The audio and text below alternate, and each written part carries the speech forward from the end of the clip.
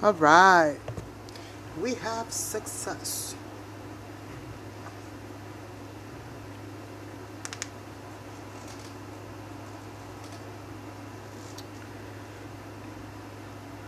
I'm running a little late today, you guys. So hopefully everything will be all right.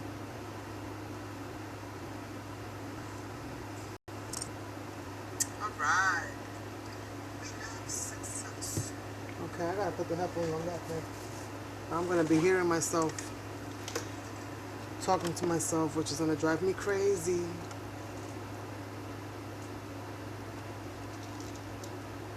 Hi, Deb. How are you?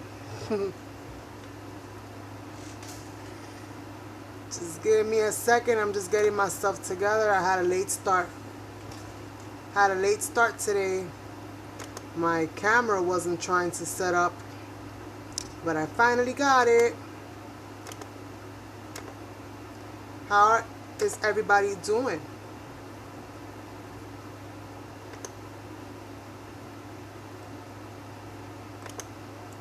Hopefully good. Let's see here. Getting myself set up today. Well, set up now. We're gonna be doing hi Jarissa. Going for a cup of tea real quick. Take your time, I'll be here. I might have seen I did a 12 by 12 pocket letter using the scrapbook. These are like you know those scrapbook albums that you usually do like layouts in, and you have like your your family's pictures, or you store kind of like your memories in. Well, they have different pocket layouts, and I got this one. She actually sent me two from New York Freestyle Styling Glitz. I think that's her name, but I'm not sure. Her name is Tanya here on YouTube. A lot of you guys know who she is. She's freaking awesome. So she sent me two of these in a Happy Meal package that she sent me, and I created a letter with the first one. If I can just get it out, I will show you what I did with it. Here it is.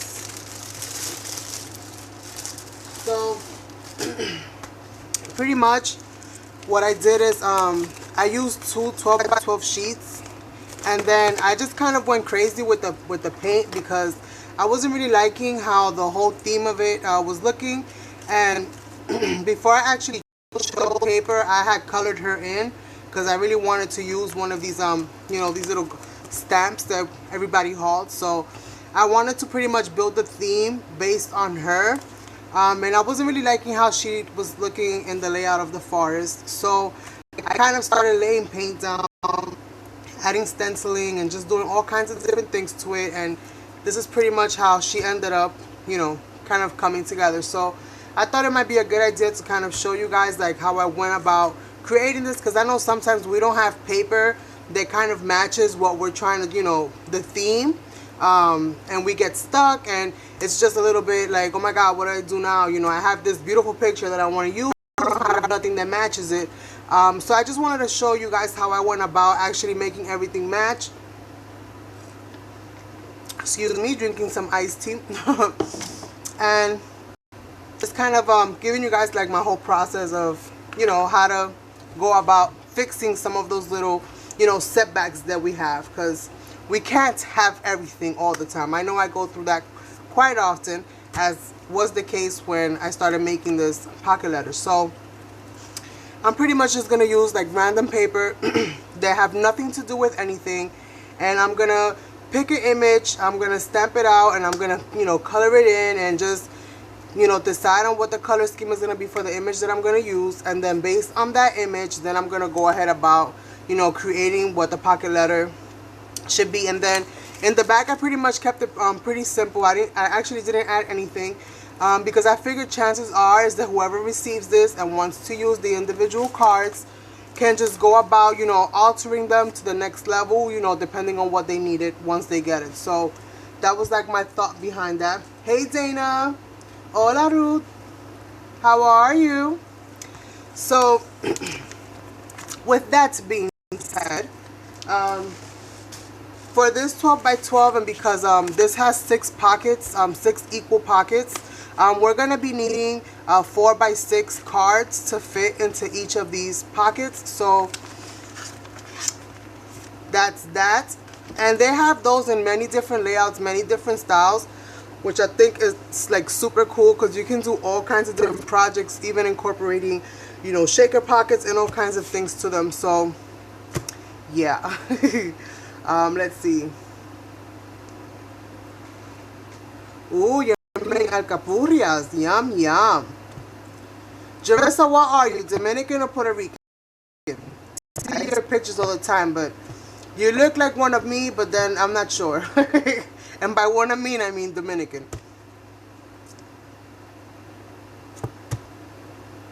I love me some alcapurrias, just so you know. Y patelitos and all of that good stuff. So I'm just gonna go about just picking some random paper here. It doesn't really matter, but I'm just trying to pick the ones that I like the least, especially since I'm gonna be covering most of it up anyway. There's really no point in grabbing something that you really love to do this kind of process. And this is nice, but it's very busy, so I'm going to use this. I'm going to take 2 of these out. And let's say you only have 1 of each, then that's perfectly fine, because again, you're going to be altering this. So if you can alter one side, then you can alter the other side, and you can make actually 2 different themes, 1 on each side, that are completely separate from each other or cohesive. It's completely up to you. As you guys know, I love painting and adding paint to pretty much everything. So it makes it a little bit easier for me to, I'm just going to pick both the same for now. It just makes it a little bit easier for me to kind of just, you know, do it this way. And since this is mostly for demonstration purposes, it really doesn't matter. And my paper's trying to misbehave, but I got it. So yeah, who else is in the room? Hi Michelle. Hey Debbie. So pretty much we're going to be doing some painting, some stamping. And if anybody sees this video that was asking me questions about the paper pad that I used on the pocket letter that I just showed from before, the pocket letter, the paper pad is Immortal Love. I found the cover. It was stuck somewhere completely different, but I used papers from the Immortal Love collection. This collection, I have no idea what it is. I know it's like an older collection. I bought it in a lot, so it didn't have a cover. You know, beggars can be choosers. So I'm pretty cool with that. So let's see. So the first thing I'm going to do is I'm actually going to go ahead and pick out something to stamp. I'm going to stamp that out, and then we're going to pretty much go about cutting these up. But the coloring takes the biggest part of the process, is, you know, getting your image and coloring your image. If you already have images, you know, like be it a magazine cutout or whatever it is that you're going to use, then you're pretty much, this should be a breeze, because, you know, adding all the paint and stuff is like fun and it's quick, and usually time flies when you're having fun, so it shouldn't take that much of a, you know, it shouldn't be that much of a journey. So let me just see here, because I never think things through. I just kind of go about it, and it's a shame, because I wish that I can use like a Prima doll in one of these, because that would really look nice. But none of my Prima stamps, or maybe the little girl. Let me see, because I'm thinking I could use, if I can get a Prima stamp, then I can pretty much make this a little bit more fashion forward, a little bit more fashion friendly. I just have to see if she'll fit inside of the, I don't want to have to cut her up at the kneecaps. So I want to see if she'll fit. If she doesn't fit, then hi Janet. If she doesn't fit, then I'm going to go ahead and use one of the smaller stamps that I have. So don't mind the mess. I don't like to plan. Most of you guys know that, because sometimes it stumps my creative process. And yeah, she's way too large. This is the little girl. This is the little girl and she's as big as this one. Maybe this one will fit? I might have one that'll fit. Let me just pull her out of here and see. Maybe this little one will fit. And then I can kind of go fashionista with her. Her head's gonna pop out maybe a smidge, but maybe I can fix that. Alright, I think I'm gonna use this one. So I think she'll fit pretty well. Because both of these little girls are bigger than the older girl. So we're gonna go with that. I think she'll be a lot easier to color, and it'll be a lot faster too than the smaller stamps, which have just so much different dimension and stuff going on, and all of that extra shading. So we're going to do that.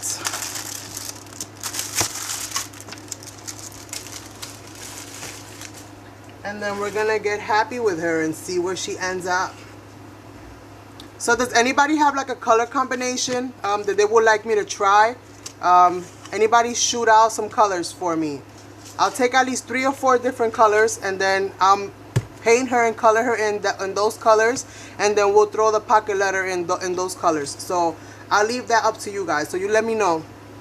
I'll be taking suggestions. Just throw 4 random colors at me, and we'll see how we make it work. Need some cardstock.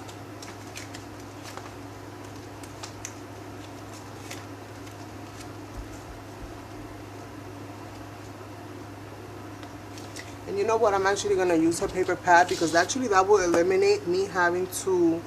Is it this one? Oops. Sorry, I shifted my camera just a smidge there. Kind of hit it. Just trying to find that. There we go.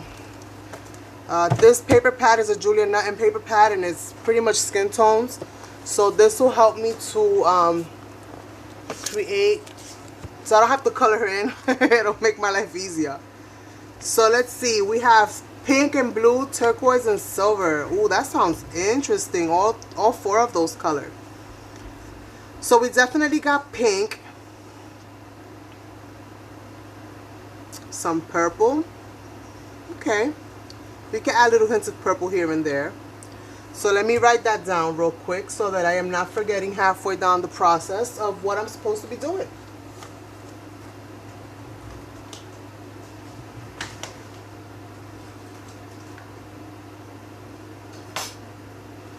And just a heads up, you guys, this is the Rolodex that I am using to store all of my different die cuts and just different images and stuff in here.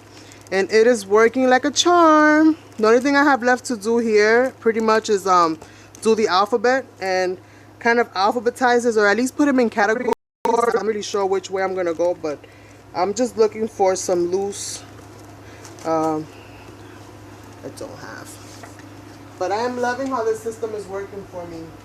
It is actually helping me to be a little bit faster when it comes to getting my stuff together. So, let's see here. So we have pink. We have pink. I wrote pink with a B. Hello. Pink. Turquoise. I think that's how you spell it. I don't know if I spelled it right, but oh well. Silver. We have some purple. So I think those 1, 2, 3, 4. 1, 2, 3, 4. Yeah, we got 4 colors here. So I think that'll do. So this is gonna be the color scheme of today's project is gonna be pink, turquoise, silver, and purple. Thank you guys. So we're gonna do it that way, and I'm just gonna go ahead and pick a light shade, so that the colors and the background kind of mesh well with her. So, you know what, I think I kind of like this print. So we're gonna go with some print. We're gonna make her interesting and somewhat unique. And we're gonna go with this print right here.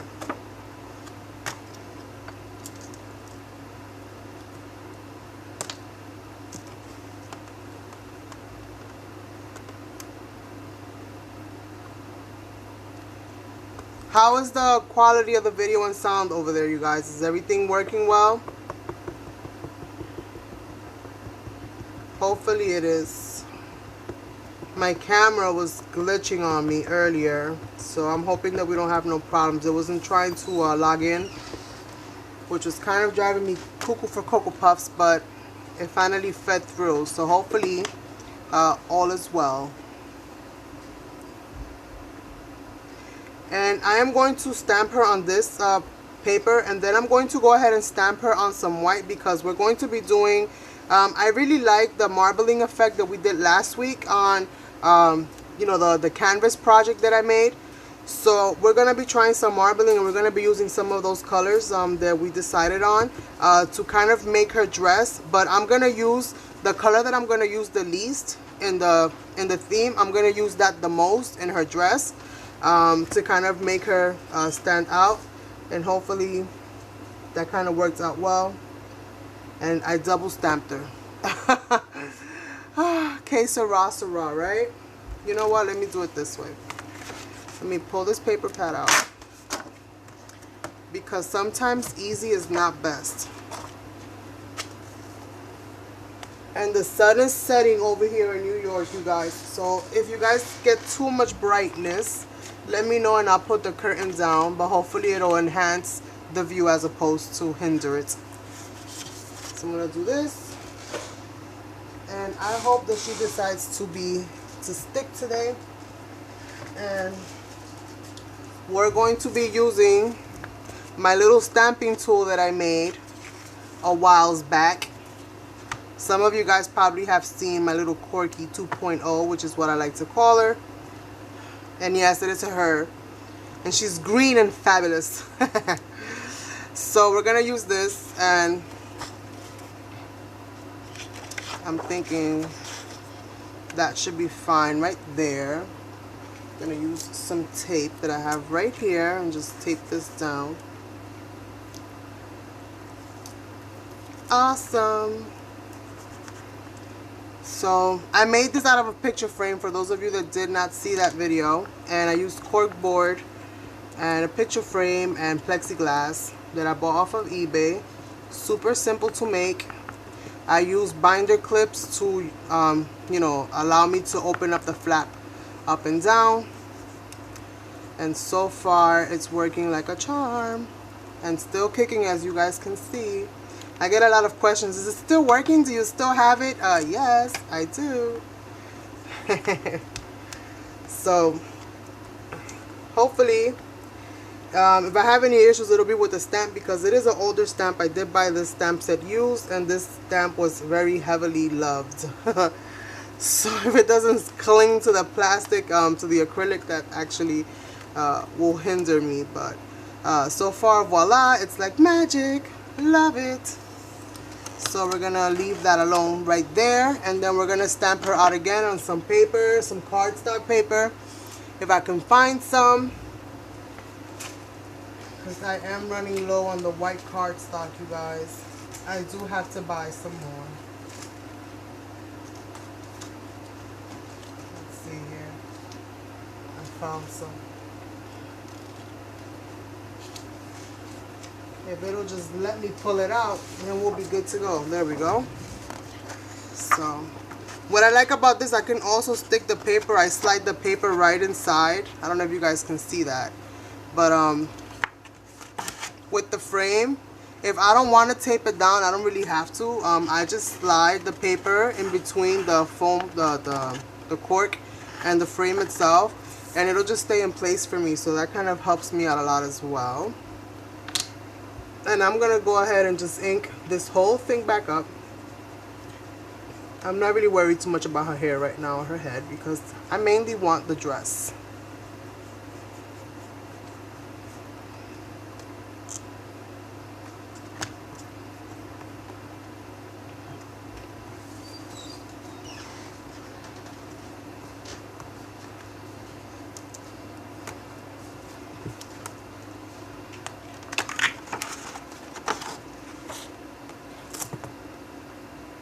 And we could put her to the side because we're not going to need her for a little bit. And then that's it with Corky's. So I'm going to cut, no, am I going to cut? I'm thinking I'm going to cut out at least most of this dress form off And then I'll do, well, I'm probably going to cut the whole thing off. Well, maybe not. We'll see what happens. But I am going to cut most of this off. And then I'm going to get some of the paints together. And I'm thinking silver and purple for this dress. And I'm going to do like a light, I'm not going to heavy coat the paint too much. But I am going to, for right now, I'm going to cut off her arms because I don't need them on this part. I'm just going to leave the dress, the actual dress part. And I'm going to cut out the whole top, but I am going to leave the skirt intact just in case I want to get froggy and make the skirt actually swing further back. I can, you know, have the option to do that moving forward. Hi, Patricia. Hi, this and that. Thank you for joining all the way from Ireland. Oh, and I said I wasn't going to cut, but this is what happens when you start saying hi to people. You actually don't listen to your own instructions, and yeah. Funny things happen. So let's see. So I got this, and I am going to get my little, I have this glass, it's a cutting mat, but I use it for everything. And this is one of those everythings that I'm going to use it for. I'm going to put some paint on here, do some zigzag effects or whatever we end up doing. And then I am going to let her dry off to the side while we start getting some of the other effects going on the card. And while she's drying, then I'll start working on the rest of the 12 by 12. Hey, Michelle. So yes. So let's see here. So we decided on pink, turquoise, silver, and purple. So a quick question for you guys. Which, what do you guys want the background to be, and what do you guys prefer the dress to be? So we have the pink, the turquoise, the silver, and the purple. I'm thinking that the dress will look nice in like a silver and purple. And then most of the background with the, you know, with the little hints of the purple, but definitely the pink, the turquoise, and the silver. What do you guys think?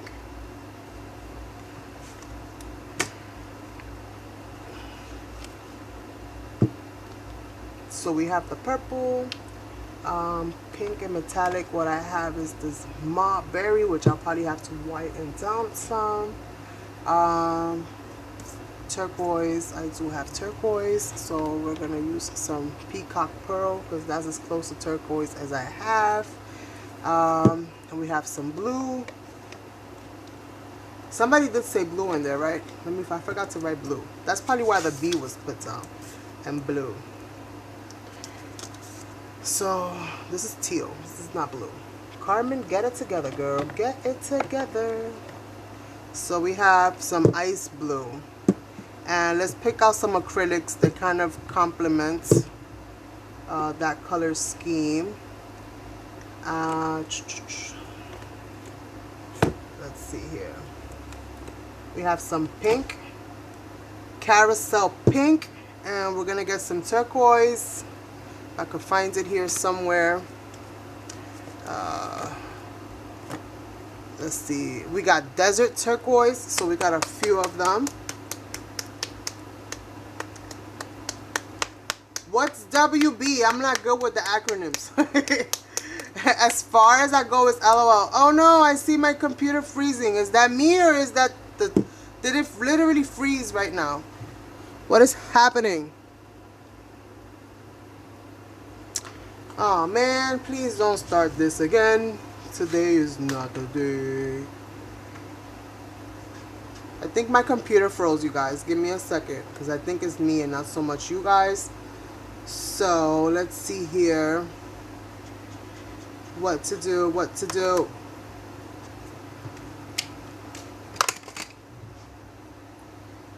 Come on, man.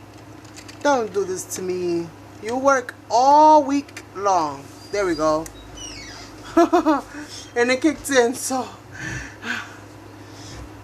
everybody's getting the feed good. Did you guys hear me rambling and kind of going crazy over here? All right, so I kind of had to take everything off my laptop. All good, awesome. Woohoo! That's what I like to hear. So, let me see. I was picking out colors before I saw my hands kind of do one of these moves real quick. So we have some turquoise, we got pinks and acrylics, and we need some blue. I'm thinking like a light blue, a light blue. What is this? Ocean blue, that works. I love the ocean. And we need some silver. And I actually have metallic silver, so that'll work perfectly fine. This is white. Where's the silver? That's pearl. Okay, that's not silver. Where's silver? Silver, pop out. Found you. Alright, so we have our paints ready. So I'm just going to go through what I have here.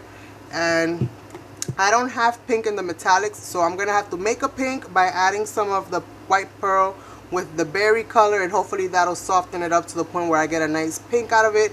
If not, then I'll mix it with red if I have to. Hopefully I won't have to. So we have ocean blue, and as you guys know, I'm using all Decoart products, from the acrylics to the metallics.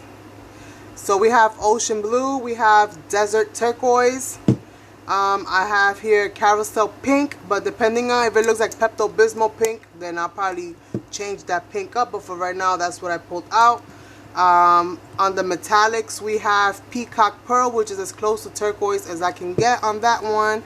We have purple pearl, we have berry, we have ice blue, we also have, did I say white pearl? White pearl and shimmering silver. So I'm just gonna go ahead and just start putting a couple drops of this here, and I'm gonna just spray this with some water real quick. And this is like my version of jelly printing. This is more or less how I go about doing it. And I noticed my feed is very far behind from where I am, so let me just try to catch up real quick so that I'm actually as live as possible from what I'm watching. Okay, so I moistened up my my glass cutting mat real quick, and I'm just gonna start by adding just little drops of paint, just the tiniest little drops of paint, until I get a consistency or a look that I am, you know, kind of happy with. And I'm adding some of the white pearl. That was some of the ice blue in there. Let's go ahead and add some of that silver somewhere over here. Some of that purple.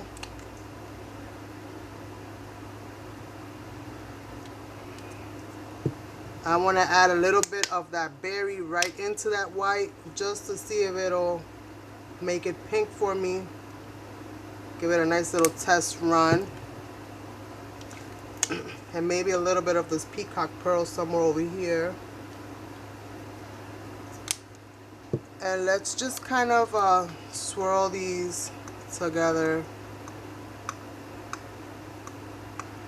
And hopefully the dress will pick up a nice pattern. I don't know if you guys can see that all too well. Let me see if that'll help. But this is more or less like what I'm doing. I am just trying to give it some nice feathering, some nice marbleizing, and just trying to bring this dress to life, because we might as well. And I'm gonna splat this on, and I'll probably end up doing this a couple times until I get the desired effect.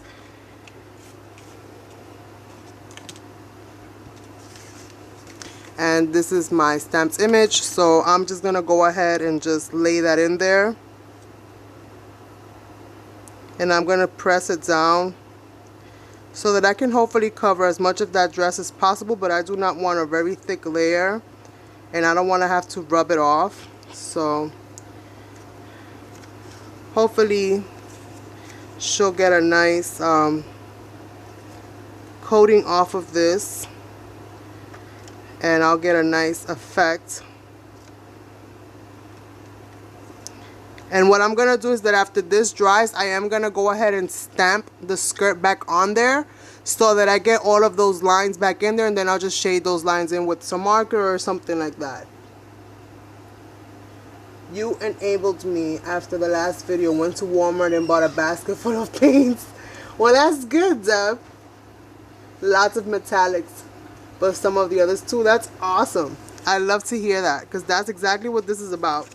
She's going to have kind of like a tie-dye dress, but between the background and everything, and then us adding the little elements and the details to the background, then I want her to stand out from that background, but I also want that background to have life. So let's see how this whole situation ends up, because I'm not sure. You guys know how that goes. So I'm just going to go ahead and tap her in a little bit more and just try to cover a little bit more of that surface. And you don't have to cut her out if you don't want to. You can actually do this to a whole paper and then just stamp the image in, which is probably what I should have done, but sometimes you learn by doing things backwards. So here we go. I'm going to let this dry, so I'm going to put her off to the side. And this is kind of like the whole marbling that we got on this, which I think looks really, really pretty. And all this texture and everything gives the dress, you know, life, if you will. So hopefully once she's completely dry, well, she should be dry in a few minutes. It doesn't really take that long for this to dry. Then we'll be able to, you know, go into her with all the other details. And I'm not going to do nothing right now with the image that I stamped, which is, I think it's this one right here that I did with Corky. So I'm going to put these two pieces off to the side, and we're going to work on this afterwards. But for now, we're going to go into adding some paint on here, but we're going to do that after. I'm going to go ahead and cut these cards up first and get all of these cards ready, because it'll just be easier for me if I could just start splatting them in and, you know, making all of these different techniques and elements and stuff like that. So I'm going to go ahead and clean this glass up and put this to the side so that I can pull my cutting board out. And you know, guys, baby wipes is a lifesaver. Normally what I would do when I have paint like this left over is I would go ahead and take a piece of white paper, which you guys have seen me do, and then I'll just save these for art journaling and I'll just put them to the side. But I'm sure that I will have more than enough of that left after I'm done with the last process of this. And yeah, so let's get the cutting, you guys.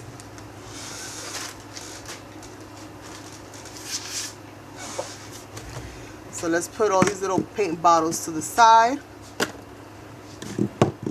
And you don't need to prime the paper. You don't need to do any of that with this kind of paper. Because the paint itself will kind of prime it. And since you're not going to be doing, you know, like any watercoloring or anything like that on it, and you're just going to pretty much be adding the paint, then you should be fine. Now, if you're going to watercolor, then I would advise you to prime your paper either with some gesso or some kind of medium, so that way you have protection and your paper does not get warped and start, you know, scrubbing off everywhere.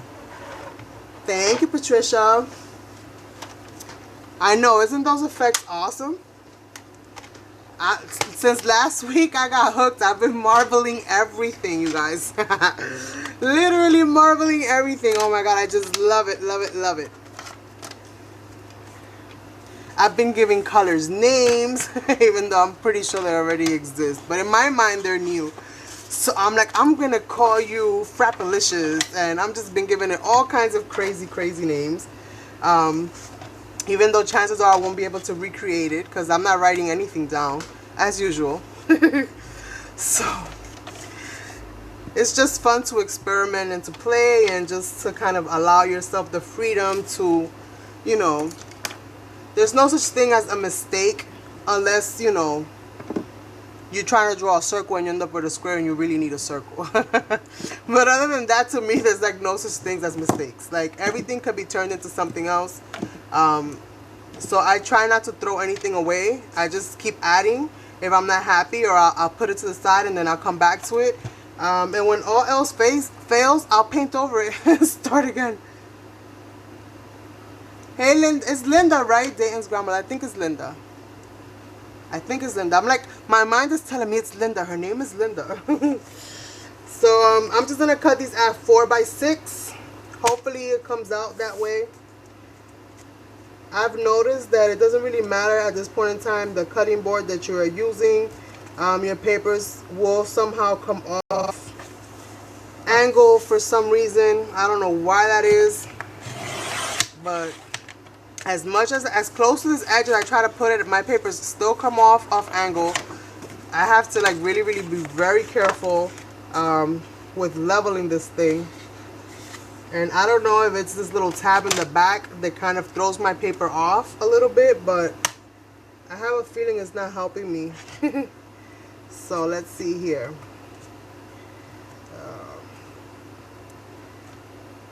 So I'm just trying to get this as close to that line as possible. At the end of the day, I always end up trimming somehow. No problem, Rosalind. Thank you.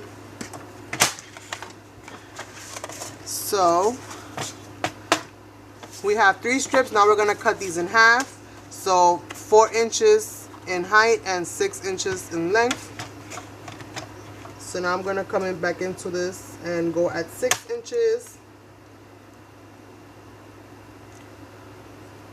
I've been hitting the shabby chic hard, so I'm like, you know what, let's give this a little break. I did it like 2 times in a row with the live, so let's try something else until I completely get my brain wrapped around the whole concept of shabby chic, because I'm still in love with it, but it doesn't come as easy for me. And I know Sandy over at Decorate Your Life, I sent her a message on Instagram and I'm like, what colors are shabby chic, what colors are not? Because everything I make always has that vintage feel, which I know shabby chic can have that vintage feel, but I feel like for some reason my pieces end up darker than I want them to be, even when I'm using light things. So I don't know what's going on there. Maybe I'm allergic. Hey Brandy, Miss Birthday Girl.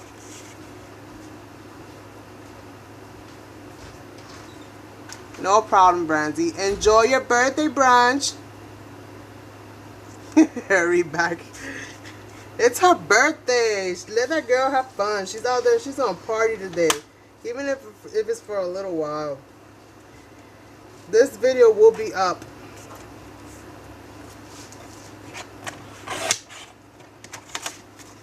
So I'm going to finish off. I got one done. I'm going to go ahead and finish off my next sheet. And then that's the hardest part of this, is pretty much cutting it to size. Making sure that your sizes are on, you know, appropriate. This pocket letter is kind of simple because everything is already, I almost did it wrong. Everything is measured equally, so all the pockets are the same, so I don't have to start, you know, pulling out the rulers and the measuring tape. Which I actually went to Dollar Tree and bought myself, I got myself one of these little bad boys from the Dollar Tree. Love it. It has centimeters and it's got inches. And now I just pull it to the and I start measuring that way, and then I'll just pinch it and then bring it over. Even if I'm off a centimeter, it's closer than my math. So it helps out a lot. So let's see here, one more. And again, I'm just trying to make sure that this is as leveled as possible.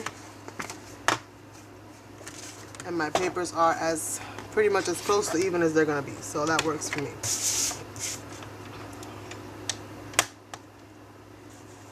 So I am just loving creating these 12 by 12s. So now all of my inserts that I haven't already destroyed by doing something else to them, I'm gonna start putting them in a little batch for pocket letters to be, and getting these things done. And if you have a fuse tool, then you could go ahead and make these pockets yourself with your 12 by 12 scrapbook paper. And they sell these in refills of 10 and 20 and probably even more.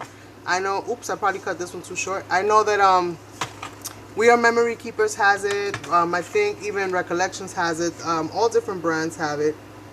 So it shouldn't be that hard to find. I know eBay's got a whole bunch of them, all different kinds of brands. And they're really sturdy plastic, so it's really good. And I think if you buy the ones that don't have the divisions, they're cheaper than the ones that have the theme. So if you have a fuse tool, then don't be scared to use it. Buy them in whole without any divisions on them and divide them yourself and create your own layout.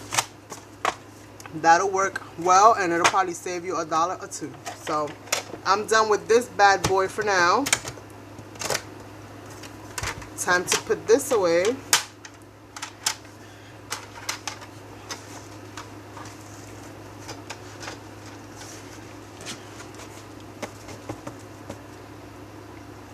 Let's see. Yep. What I tell you guys, no matter what I do. So I'm gonna go ahead before I start anything, and I'm just gonna go and fix this. I gotta make them all the same. Otherwise my layout is not gonna work. So I'm just gonna trim off any excess. Some of these I cut off like crazy. So I'm gonna go based off one, and I'm just gonna do them all. This one's fine. That happened to me the first time too, so I just think it's me. It's the left side of my brain, I think. Hi, crafty girl, purple.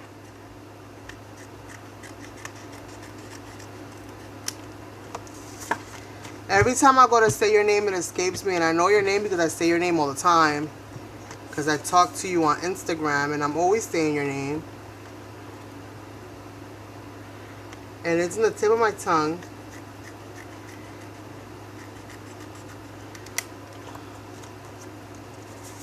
Oh, it's driving me crazy. I just hate when that happens. So, using one, I'm just gonna go ahead and I sure did. I messed this one up by a lot, actually. But it's okay. It's nothing a scissor won't fix. So, just trimming along. Just trimming along.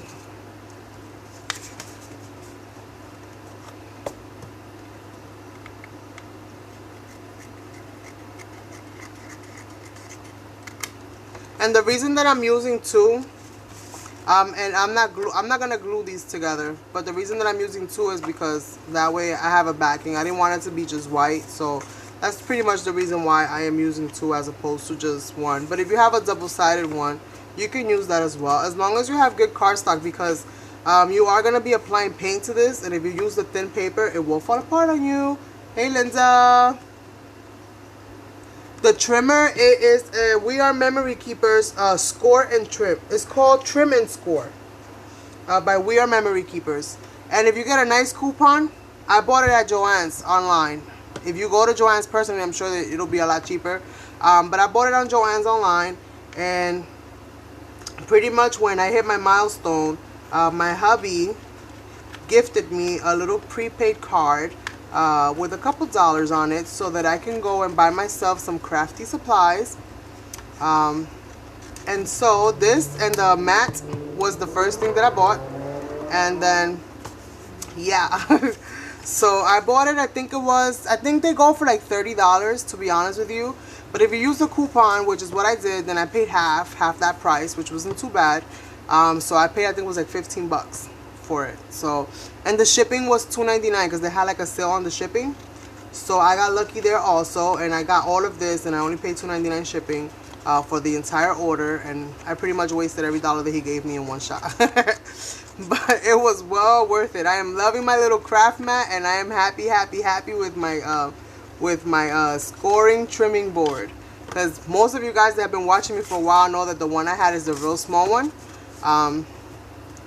So if anybody needs one, if anybody needs a small one, let me know, because I do have that small one, and I know I'm not gonna need it, because even if for whatever reason the trimmer ends up not working and I can't replace the blade, I'm still gonna be able to at least use it for the scoring aspect of it. So it's not much of a loss there. If you don't have my email, let me know, and I will give it to you so that you can email me. And unfortunately, I only do have the one, but I'll be more than happy to give it forward. And also the smaller paper trimmer that I have as well. I only have the one, but I'll be more than happy to give it forward. It's a small one though. It's not the 12 by 12, so I think it's like 8.5 inches or something like that.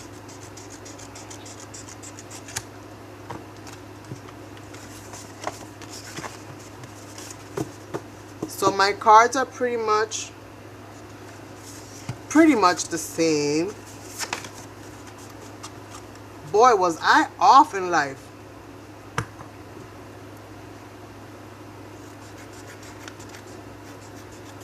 It'll still work though, but see what happens. Measure twice and cut once. And don't talk when you're measuring or cutting. Let's see here. Alright. Michelle, you need one? Which one do you need? The cutting board or the paper trimmer? It's a small one though, like I said. They're both small. The trimmer, the scoring board is 6.5 inches by, I think it's like 7.5 or 8. And then the trimmer itself is like, I think 8.5 inches or something like that. It's the real small one. You guys see me use the little orange one. I have it stashed somewhere for now, but I'll pull it out. If you need it, let me know. You need them both? The trimmer and the paper thingy? Thingamabob? Michelle, you have my email, right? Email me, hon. And we could definitely go into that so that I can get that to you. Because there's no reason for me to have it here. Especially when somebody can use it. So, I have my glass. And I love this. This is the best part, you guys. I swear to God, this is the best part. So, we're going to go ahead and start zipping paper. But I don't want to make the paint so heavy so it doesn't take 300 years to dry. Because I'm probably going to have to go and dry them if push comes to shove. So, I am going to do the first 6. And I think I'm going to leave the back 6 alone. And then I'll probably do something else to the back 6. So 1, 2, 4, and 6. Right? Yep. So I'm going to leave 6 alone. I'm not going to add any paint to 6 of them. And I'm going to do the 6. So that you guys at least see the process of it. And then hopefully you guys will be creating your own. And uploading it so that I can see. And we're going to have awesome, awesome fun. Moving this mess to the side. So let's see, what are we going to start with? Oh my God, this is so fun. I just love this. Love it, love it, love it. So we're going to go ahead and add Peacock. Let's go ahead and just kind of add some Peacock. And I'm just going to add random little swirls here and there. Because for me, it's just the fun of playing with paint. Love it.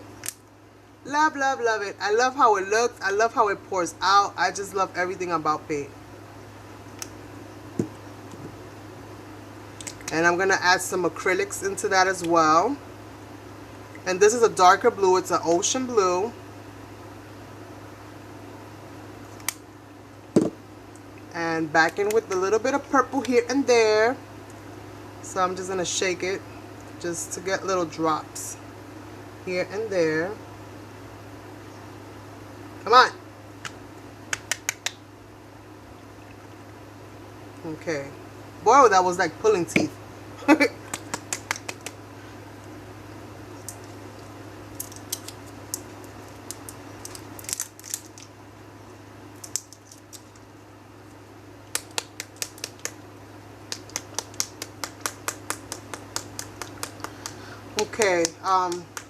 Crafty Girl Purple and Michelle, I know that you're both interested, so I can definitely do 1 and 1.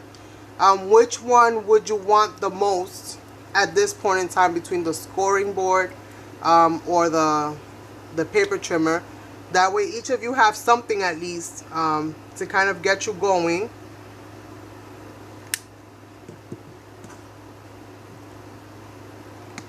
I would definitely want it to go to people that are in need and are going to use it.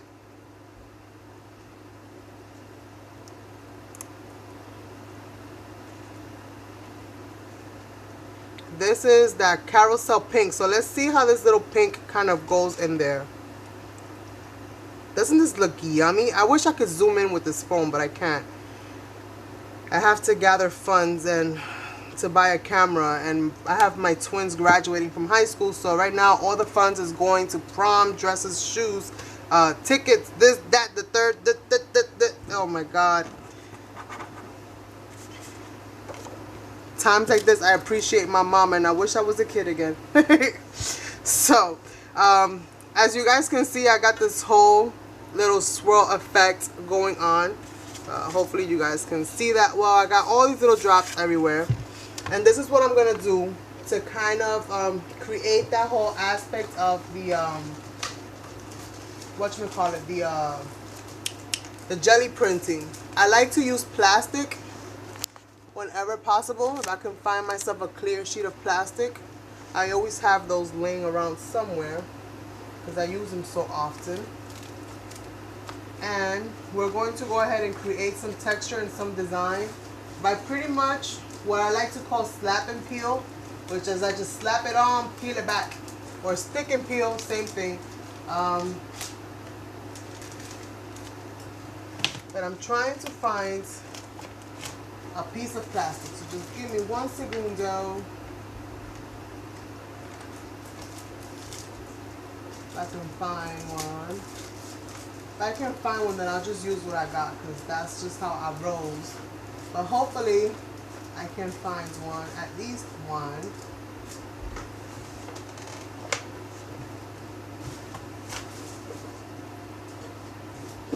Alright, so I'm not finding one. So I guess I'm going to have to make do with what I got. And what I have right now seems to be this Dollar Tree bag. So I'm going to go ahead and remove this little piece of cardstock out from that. But you could use any piece of acetate. Usually I have like sheets of acetate. I don't know where the heck I put them. I'm always organizing my little area because I'm always trying to figure out ways for it to look better, be better. And I'm always hiding stuff from myself. I don't know if you guys go through that. But I do that to myself every week. Every single week.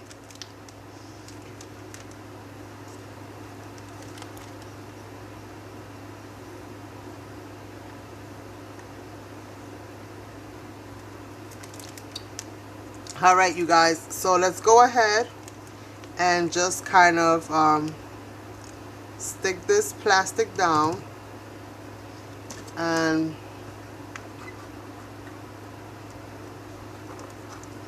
it's just a cool little way to just get all different kinds of colors and textures and just kind of blend all kinds of different things. And I'm going to get some paper by me because I know that I'm going to be needing some paper to make some prints with that I'm going to have excess paint over. So I'm going to go ahead and do that, and I'm going to peel this back. And now I have two. So I'm going to put these side by side, and I'm going to stick the first one down. I'm going to stick the second one down.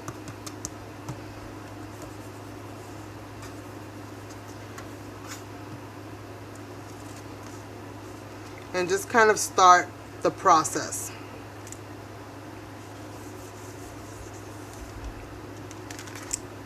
Now granted, you could do this on both sides,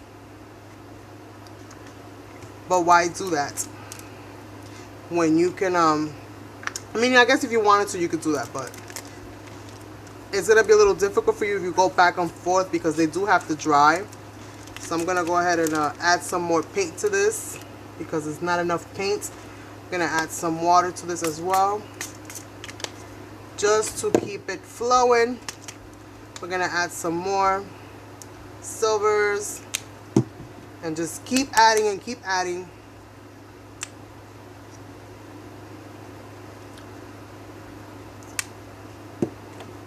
So what are you guys thinking so far? Got some white, adding some pink. It's almost like making a nice little universe.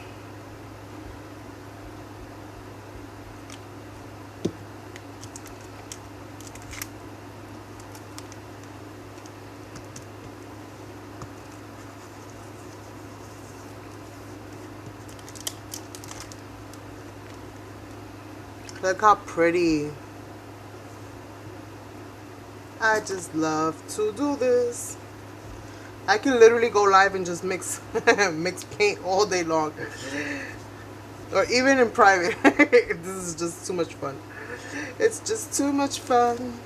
And I can do both at the same time, but I'm gonna go ahead and just start doing them, and then I'll start doing different color schemes and just start adding different elements to them as we go.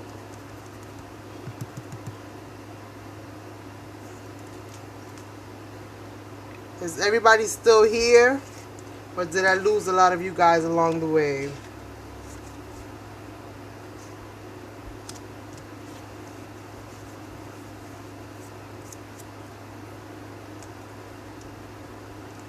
And I'm hoping that you guys can catch all of that, you know, everything that I'm doing in a good way.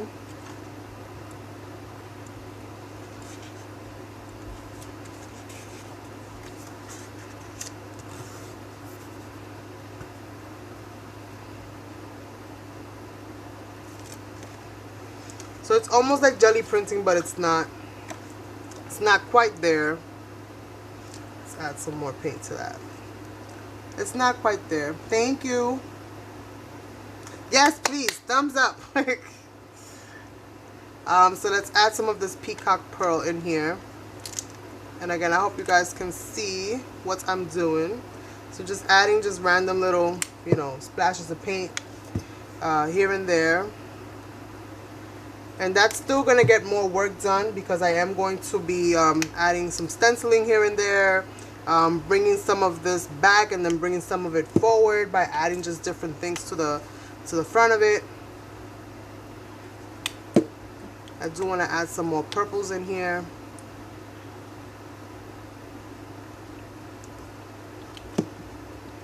Definitely want to go in with some whites in some of these darker areas. So just... same piece of plastic.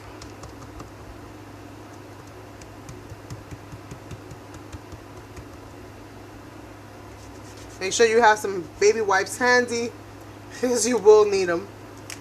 You will need them. It's kind of like that unicorn stuff that they're selling now. What is it? The coffee drink that everybody's raving about. It's like a unicorn drink or something like that. Just put this here for now.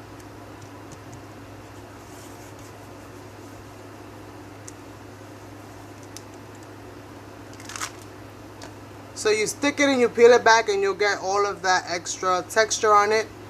And I'm just going to go into some of the ones that we did the first time and just kind of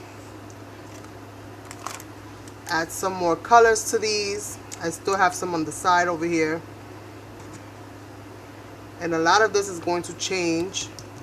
And a lot of it is going to remain the same, but we'll see what happens. Awesome. I thought I lost you guys for a second. Look how beautiful. And they're all different, but they all match. The theme overall will be all inclusive. And once we start dyeing some of this out, then we'll be good to go. So I'm going to go ahead and start adding some of this paper, some of this white paper, and just making myself some prints because I don't want this paint to go to waste. It is too beautiful to just throw out. And so this is usually what I do. And you can do this and put this paper away and add them to like cards and just all kinds of different things that you're doing. It's not just for mixed media. You could do all kinds of different prints and use them on all different kinds of projects. And, you know, create your own unique style. Everybody will be asking you, where did you get that paper? I get that a lot. And it's paper that I make by doing stuff like this. Wouldn't it just look so pretty? With a little something in the center, cut off, make a nice little pretty card, add some flowers to it, add whatever you want. And just go ham. Go ham, ham, ham.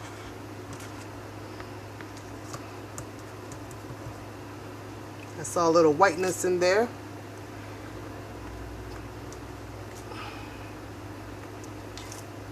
And every time you pull it up, you're gonna get a different color combination. You're gonna get a different scene. So it's just really, really good for doing all kinds of different stuff with it. It's kind of tie-dye. Hey Lisa, how you doing?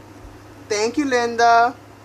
You guys picked the colors. I didn't even pick the colors. I left that completely up to you guys. So we're gonna let that for the most part dry. And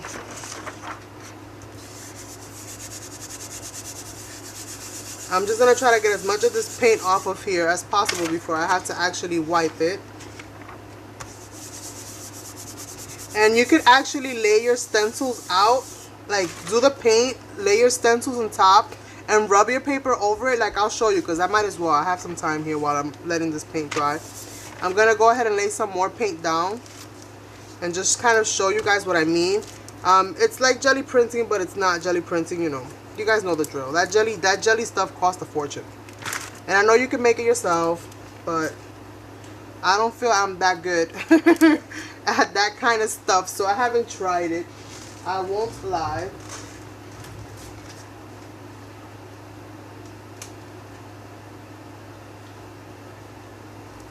So before I even go into, let me move some of this stuff to the side.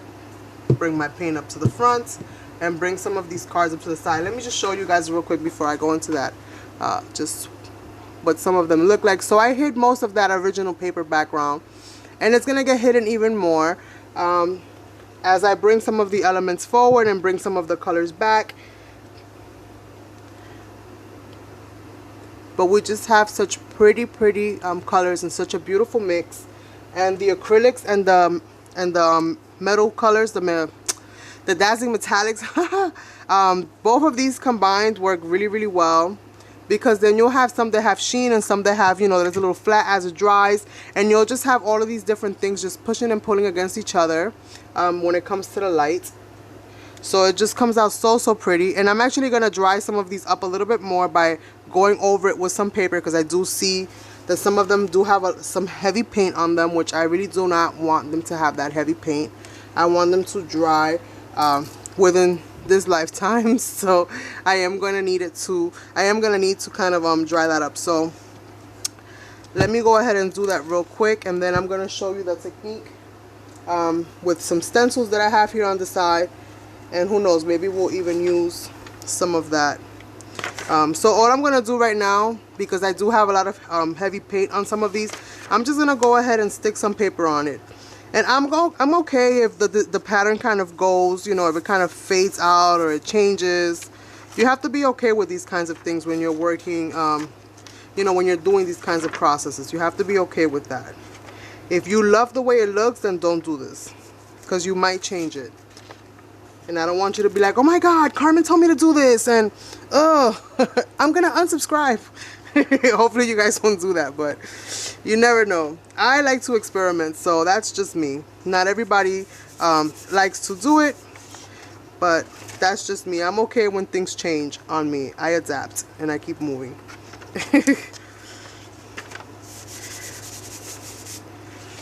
I'm still trying to create that pull and pull, because I still want that texture, which I was able to keep most of that texture in there, but at the same time absorb some of this paint, you know, into my paper and just create all kinds of things. This reminds me of like underwater. I see mermaids already. I see fishes. I see all kinds of things that I can use this paper for.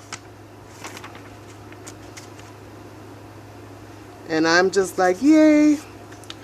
So wherever I see like really heavy paint, I'm just kind of, you know, sticking it on. Don't leave it on too long, because you don't want it to get stuck to the paper. You just want the paint to stick to the paper, but you don't want to lose, you don't want to have paper stuck on your card, and then, you know, you have all of that extra junky paper just kind of sitting there. So I'm kind of happy with how this is looking right now, and I made myself another fun print that I can use later, so nothing goes to waste. Who knows, I might even get happy-go-lucky and go ahead and use some of that, you know, on my dress. So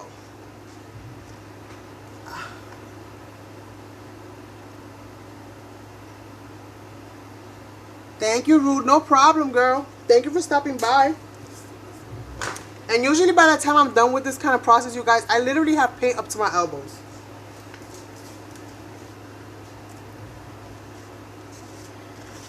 But I'm happy and I'm stress-free. And I could go to sleep and wake up tomorrow with a smile on my face. And be one happy camper. So this is a Delusions stencil. This is, what is this called? It doesn't really have a name. Diamond Large, that's what it says. It says Diamond Large. And I got this from Brandy, Miss Left-Handed Crafter. So I'm going to use the stencil to kind of demonstrate what I mean. But before I do that, I obviously need some paint. Yes, that's what it's called, Patricia. That's exactly what it's called. Unicorn Frappuccino. Frappuccino.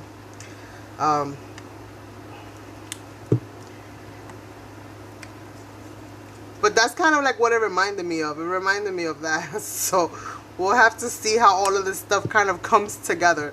I definitely gonna have to go in here and add some dark colors or add some darker elements just to kind of dye it down some, because it's super, super bright right now. But that's fine. I'm okay with it being super, super bright.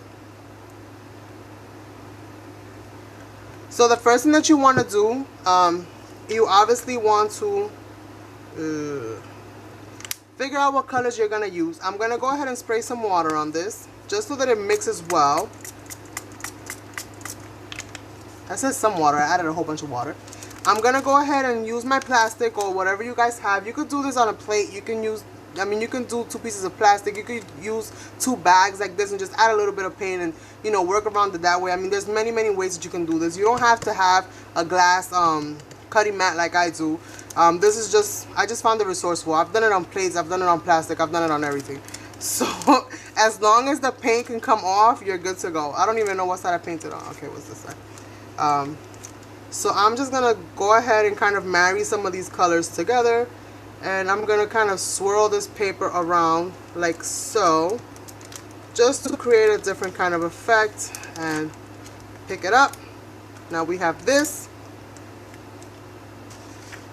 and I'm gonna go ahead and lay my stencil in there like so. Just for safety measures, I'm gonna spray one more time. I'm gonna add my paper right over that, and I'm just gonna rub this in. I'm just gonna rub it in with my hands. Try to get into those grooves as much as I possibly can. Don't overdo it. Don't stay there too long, and you'll have some prints. You'll have some type of design or something or the other going on.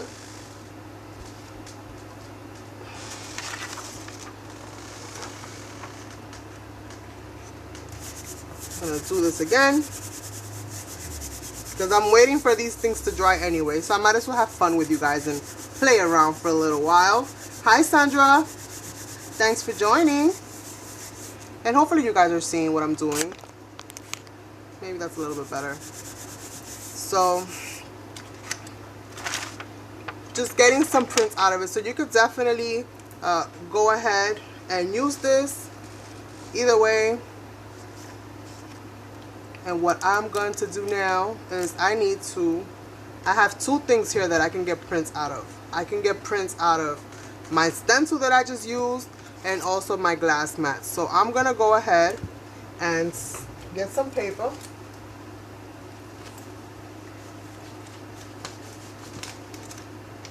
And pretty much make some more prints, because I might as well. So I'm going to go ahead first and grab this one, which is the one on the glass mat. And hopefully you guys can see that. This is the back of it.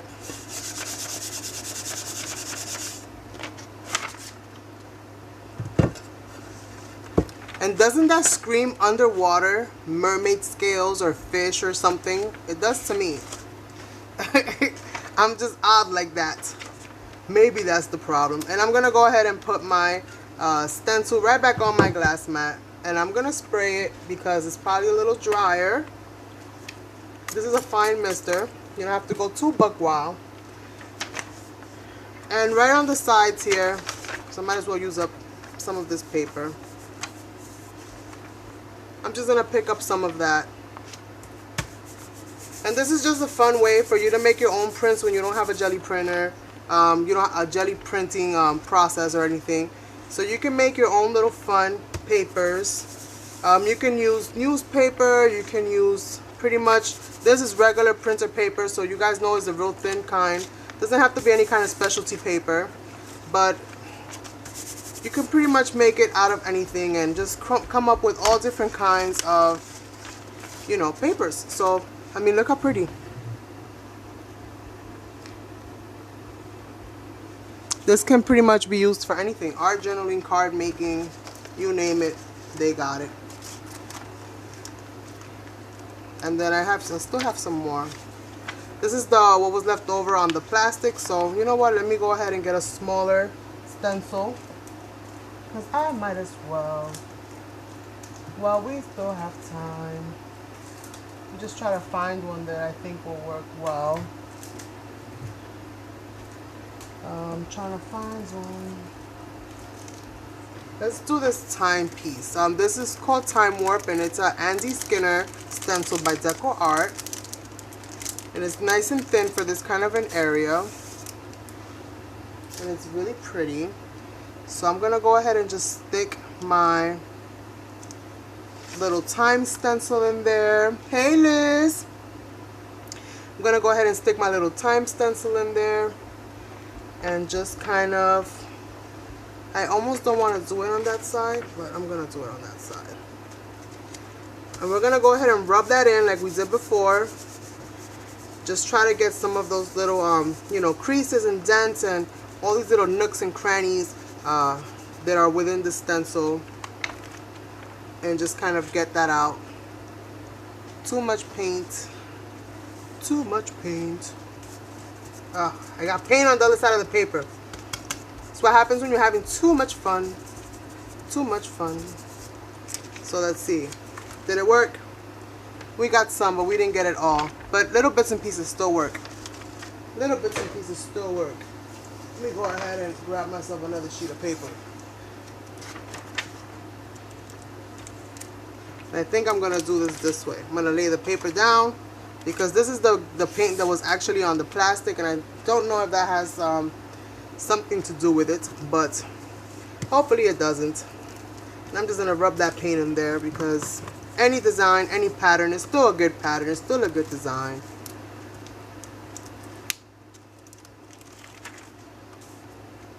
All of that can still be used. And now I have some of that pattern right on the plastic, and I also have some of that right on the stencil. So I'm gonna go ahead and just put that right in there.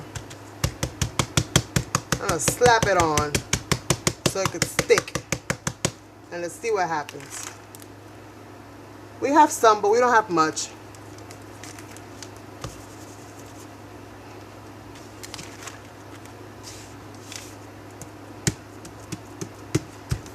This one will probably print a little bit better. Yep. That one did it. Right on the stencil. All that paint that was in the stencil. I had a lot of heavy paint on this one, which is why you do the stick. I should have done that, but I didn't do it. So, you live and you learn. You want to not have so much paint that it kind of overwhelms the creases and the little spaces in between whatever stencil you're using. Which is why you stick it, you peel it, you use one side, you put the paper. That way you don't get so much heavy paint. This was the paint, the side that I lifted off, which was full of paint, and I forgot to re-stick it to the surface and then do it. So, which is why I was overwhelmed with paint, but it's fine. Either way, I still like it. The print still pretty much came out, which it should be something a little bit better than that, but more or less. It still works. That would make a nice little steampunk tag or something cool to that effect. So we have that, we have that, we done did this, and hopefully these cards are mostly dry, and we can go ahead and move on to the next steps.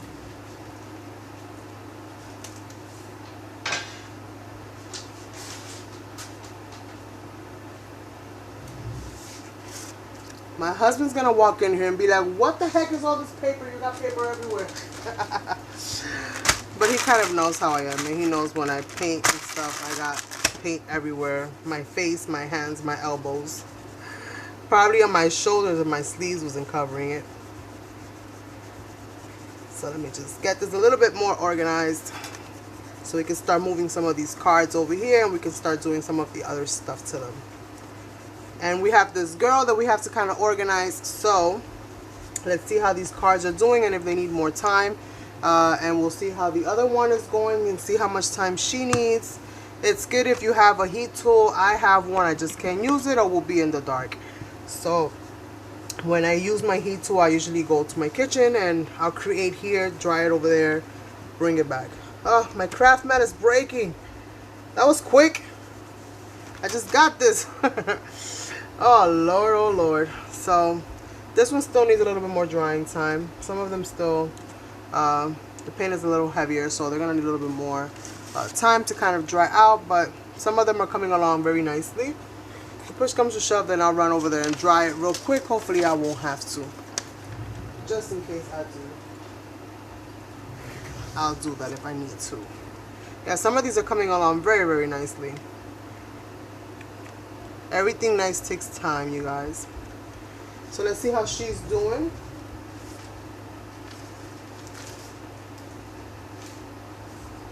She's dry, so we can go ahead and work on her.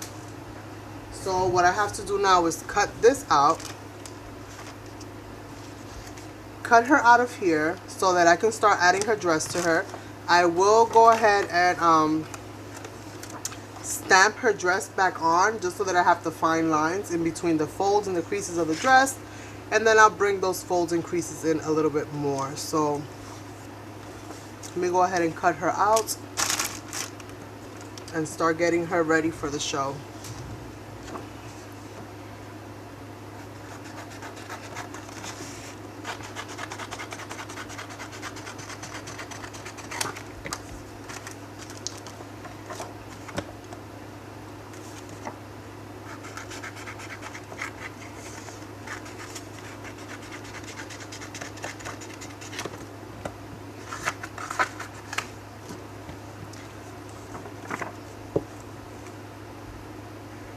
I'm not really worried too much about the ruffles and, you know, any little bits and pieces that are in the bottom. My most important thing to cut out is her body, her face. Make sure that she's got hair and I don't cut all that off unless it's an intentional thing. You know, her legs and her shoes. I'm not so much worried about the dress because I will be covering that up, so I'm not really worried about that. And for now, I'm just gonna ball it out. I'll do the little bits and pieces afterwards. I just wanna pretty much get her as out of the frame as possible. And I'll worry about the little tidbits later. I just hope that she fits well. That's my biggest concern, is that she fits well in that little space of that pocket. But she should. She should fit well. So now I'm gonna go in and just start cutting off some of these little tidbits. My hands are like a hot mess right now with all of this paint. I got so much metallic paint on me.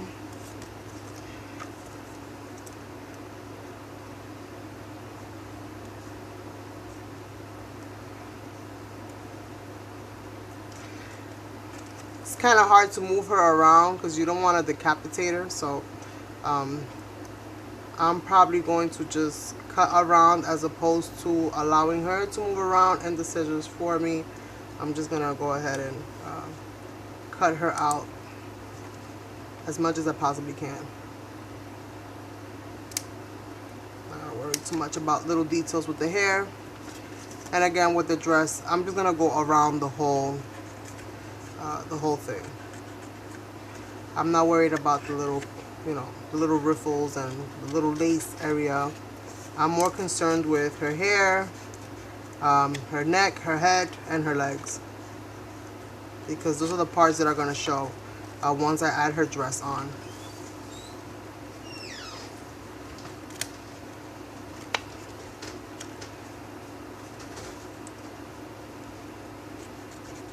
And I am okay with little pieces being there for right now, because once I set her in, I could always cover certain things up that I'm not really, you know, too worried about.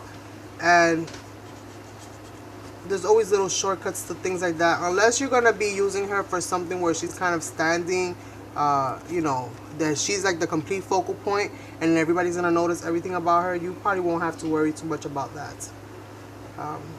You can always color that in or add some paint or something there and just kind of, you know, make an excuse for that being there. So I have her pretty much cut out. Now I'm gonna go ahead and like I said before, I'm gonna get my stamp and re-stamp her out. Where did she go? She's right here.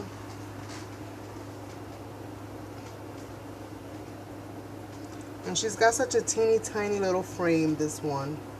So I'm gonna go ahead and ink that up, and I'm using Memento Tuxedo Black because I've heard it's the best.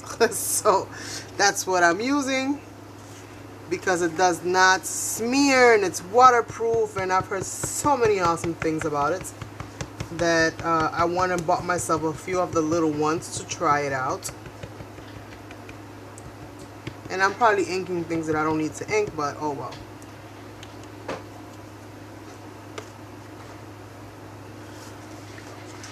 Let me go ahead and put this here and put that there. Move everything to the side. Get all the little things that'll cause a little bump off. And let's try to, I know her bust is somewhere around here. And I did curve that out there. So here goes nothing, you guys. I don't know if the chat is frozen or not. Is the video feed good? I know that I'm delayed on the video. I can see that. I know I'm like behind. You guys, I'm watching myself cut paper, and I know you guys are probably way after that. So let's see where I am. I hope not. I don't like it when I have glitches on this thing. It drives me insane. It literally drives me crazy. So just hoping this dries up to a certain extent. I'm probably gonna be adding some bling to her dress. So now is that I'm gonna try to not necessarily follow this to, you know, to an exact T, but I am going to go ahead and try to just, you know, add some of these little riffles that are like at the bottom of this dress here, just to give her the flow that she would have, you know, on the stamp. So that's kind of what I'm trying to do. Again, I'm not worried about her legs on this one. I'm just worried about the dress. That is what I came for. That is what I am leaving with. So I'm not really too worried about all of that extra stuff. I'm just worried about her dress. What is this? I got stuff all over my fingers. I gotta get that stuff off. All the paint is drying and it's peeling.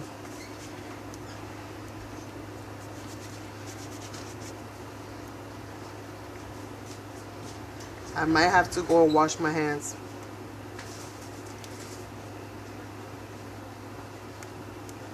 Let's see. I'm just trying to get some of this paint off, you guys, because it's peeling off of my fingertips and it's interfering with what I'm doing. So good rule of thumb is wash your hands between jobs.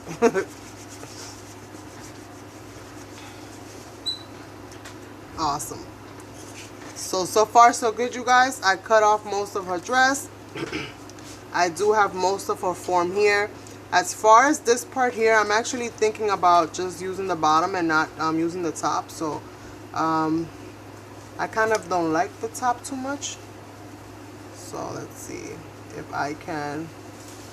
I think the top will be easier if I left it. If I left her like that and just kind of glued this part in there.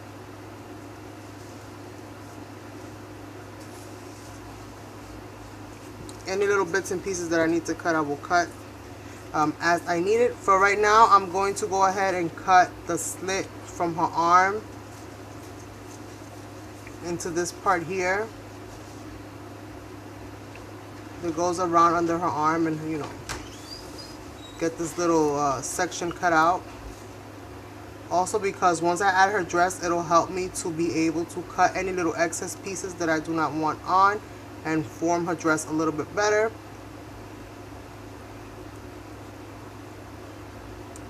Alright, so we got that part off. Any shading I can add later, so I'm not too worried about that. I'm probably going to go into this with a solid color just to bring everything together. For right now, what I am going to do is I am going to go ahead and darken up the edges of this dress with a black marker. This is an alcohol-based marker.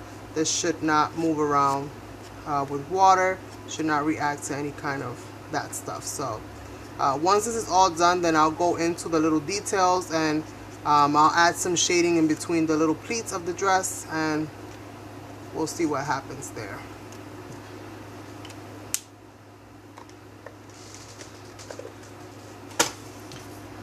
So here goes everything. Yes, don't they look so awesome? I just love the tie-dye effect that it gave it. She looks so so 60s, so retro.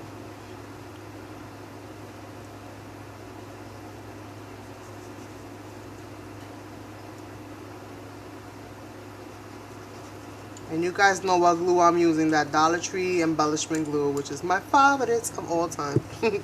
Which I'm pretty sure people are sick and tired. They're like, I know, Carmen, you want that damn glue. So let's see. I think I messed up over here and I didn't curve her out enough. So let me just... Okay. I think this will do. And let's see here.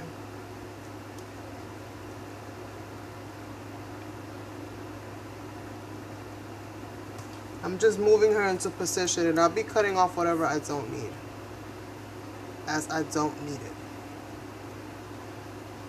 So I won't be needing a lot of this stuff here. So I'm going to just press her on. Her skirt is a little wide in some areas and a little short in others, but that's fine. I'm okay with that, because what I'm going to do is I'm going to add another little layer and give her like a pleated little look. So this little bottom piece that I have here, I'm gonna go ahead and just cut that out.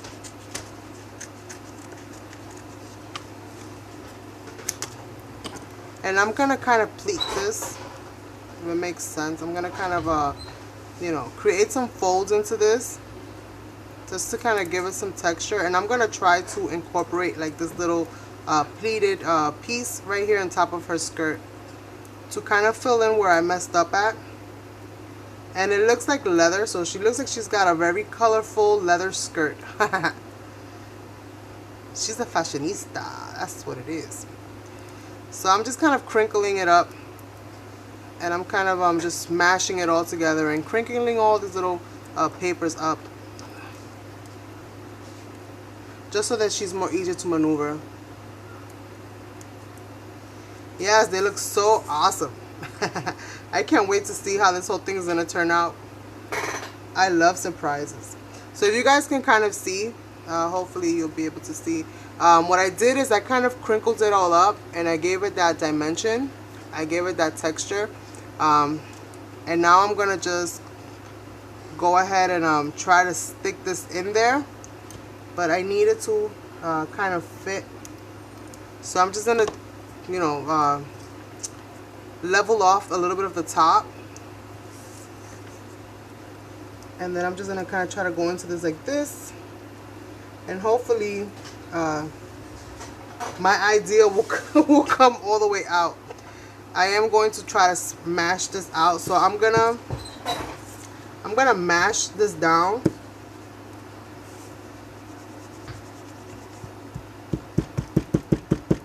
I want this to be kind of flat, so I'm just kind of mashing it down a little bit so that it's kind of flatter there.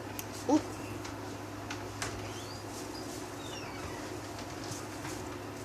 And you notice how I left these two little sides here, because I'm going to wrap it around to kind of secure it in there. I'm going to wrap it around the back just so that it kind of goes with the whole kind of look. And now she's got like this little pleated thingamabob there, and I can add a little bit of embellishments here and there and hook up her dress. So now she's got this really pretty kind of dress. Hopefully it comes out the way I want it to. But this is what happens when you're in a pinch. Don't just throw stuff away just because you're like, oh my god, I cut wrong. Like, I completely cut wrong. I cut wrong, I stamped wrong, I did it all wrong. But even in something that you do wrong, you can find ways to fix it. You just gotta look at it for a second or two and say, okay, I need something that can cover that. What do I have that can cover that? How can I fix this? How can I go about not having to throw all this hard work away? And trust me, your mind will tell you something, and just try it, because you never know. That thing that you think will never work might work. So I was getting ready to throw that out because I had all of that little extra paint there, and I messed up. I mean, I cut her too short from her waistline. So, you know, human error. And so now I had to do what I had to do. So let me just bring this up to camera so I could kind of show you guys. So I cut it too short right here. And so now I'm going to just go ahead and just add a little piece in there and just kind of make it like a little cinched belt almost. And so now she's going to have this little pleated kind of dress. And I'm going to pinch this in the back and just kind of glue that in there. She's going to be glued onto the card for the most part, so nobody's going to be the wiser that I had a hiccup. Who's going to know? So now she's got that pinch to the back. It's almost like playing with paper doll dresses. You guys remember playing with paper dolls, right? I still play with them to this day. I print them out and I cut them out. Let me know if you guys want to see that one day. And I'll get some printed out and show you guys where you can get some really cute ones done up.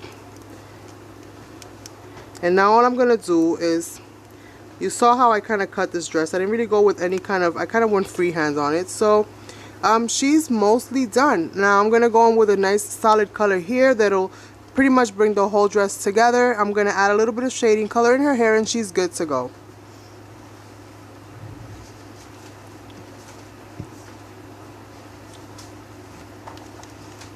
I'm going to try to see if I can find like a little piece of gem or something to add there, just to make it look like it's kind of like a belt or something, or we'll figure it out. So I'm going to get a nice little light color because we got so much other bold colors going on. I'm going to get the lightest pink that I have, which is probably this baby pink. Let me see. Cherry blossom pink or baby pink? I think the cherry blossom. The baby pink is nice, but I think the cherry blossom is the color that I'm going to go with. And I'm going to paint that in really, really quickly. I gotta wash my brushes, you guys. This is sad when you go through all your brushes and they're all hard. Let's see what I have here. I don't like that one. Come on, give me one I like. Give me one I like. Let's see. How about you? How you doing, baby? You working well? Hopefully. Thank you, Patricia. This is why I don't like coming with a plan, you guys. I do it on a whim because that, to me, planning takes all the fun out of crafting. And granted, sometimes you have to plan, you know. I'm not saying planning is totally bad, but for me, it just takes the fun out of crafting. I love it when I can just sit on something that is like completely blank and say, okay, I want to play with this and just see where it goes, and just allow myself the freedom, like I said, to make mistakes and just have fun and just kind of go with it. I'm actually going to add some glitter to her top. What do you guys think? Everything looks better with some bling, right? I got some glitter paint that I'm going to add to her top. And I'm trying to be very ginger here when it comes to, gingerly, when it comes to painting her in.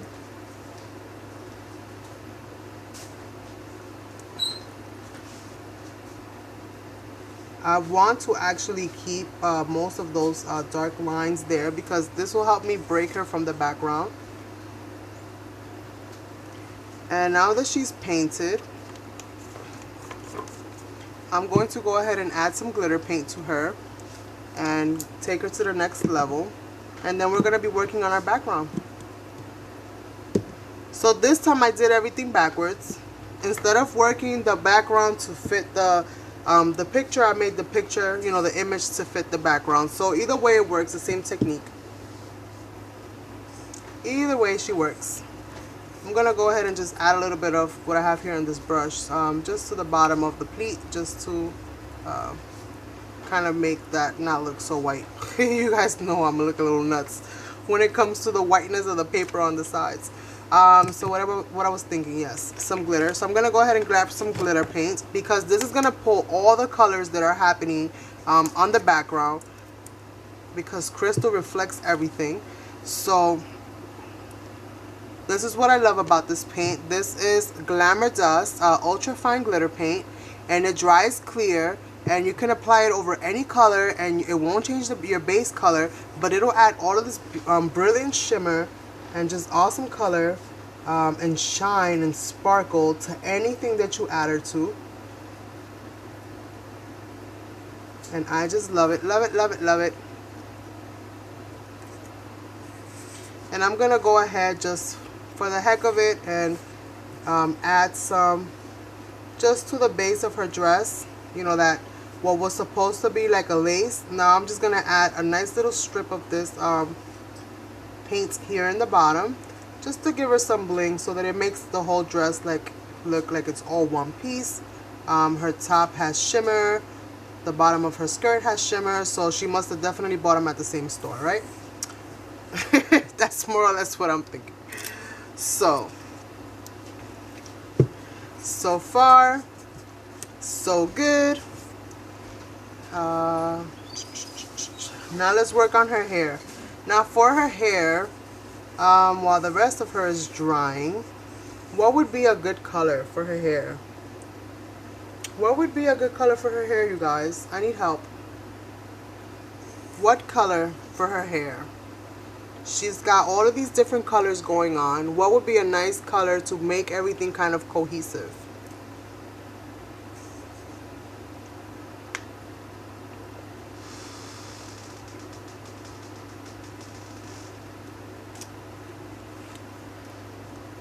Pulling out an alcohol marker here to just see what color I'm going to paint her shoes. I'm thinking the same color of her shirt, but I don't want to paint it in. So I'm trying to find an alcohol marker that'll match so that I can just color it in. That's too bright. I might just have to paint the shoes in. Darn it. I didn't want to have to do that, but I guess you have to do what you gotta do. Brown. Black hair with silver highlights. Ooh, Deb, you went rock and roll on me. I like it. I like it. I like both. So how about I add a little bit of brown, a little bit of black, and a little bit of silver and see what happens. Magic. Okay, this brush is too wide for these shoes, so that will not work. I need something small, pointy, and thinner. Then I can work around those little shoes of hers. This is why I wanted to paint them with the markers, but that's not gonna happen for me today. So I have to find a paintbrush that'll do the job. And let's see. Okay, I got a fine liner. Hopefully this thing won't go discombobulated on me and start, it's pretty stiff right now. So hopefully the little fine tip of this will be exactly what I need to just get into these finer little spots here with these shoes. Should I add some bling on the shoes as well?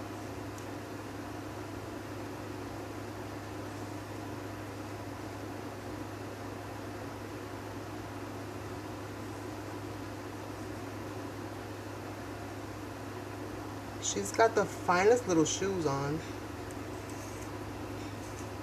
They're so posh.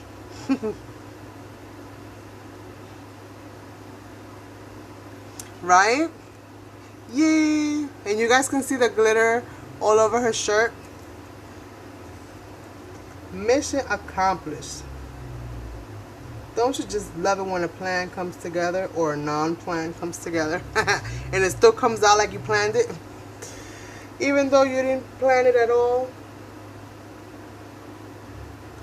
Okay.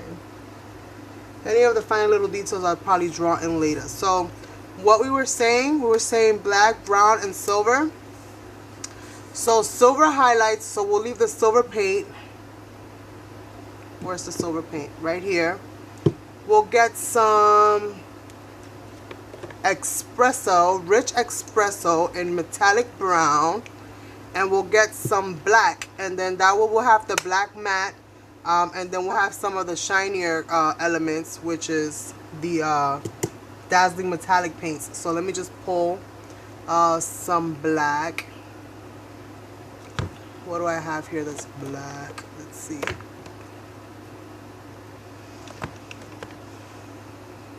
When you look for black, but you pull out navy blue. Let's see here. This is black. So, right on my little paper here, I'm just gonna grab some black because we don't need too much. I'm gonna dab a little bit of this Expresso. This chocolate color, this brown color, is called Rich Expresso. It is lovely. And we have some silver, so this should be interesting. This should be very, very interesting. So let's see what happens here.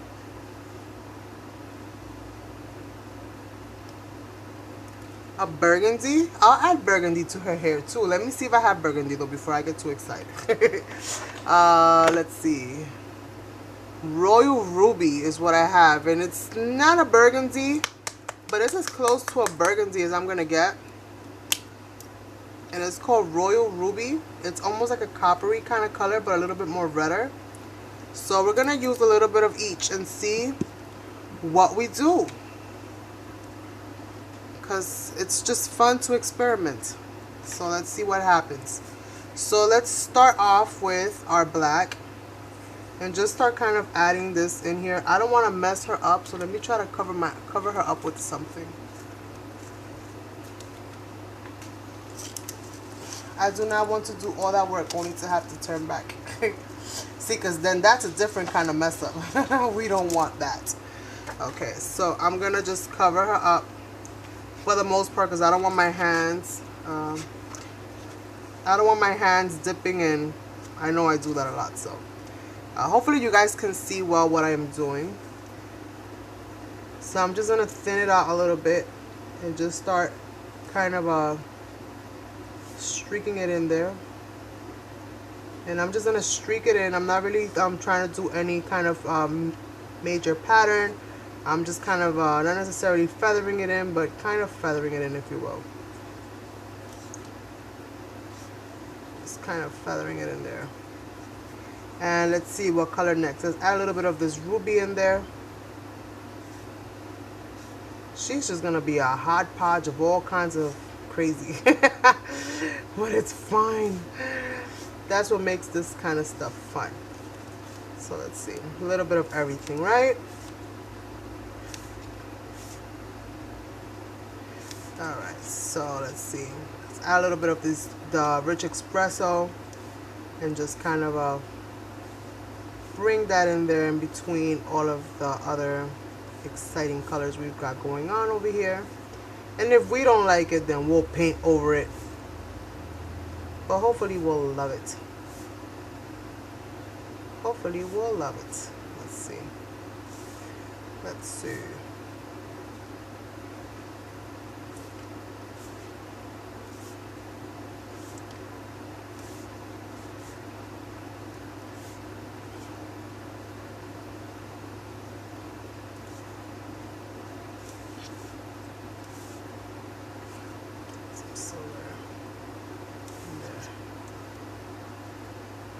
We want silver, but we don't want too much.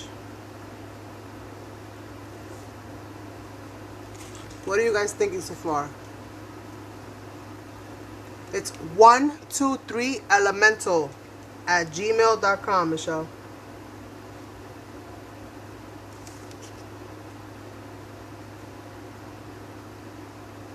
And then I'll bring her for a close-up. You guys tell me if it's a yay or a nay. We'll figure it out. But right now I'm just adding all these different little bits and pieces until she kind of looks like she makes sense.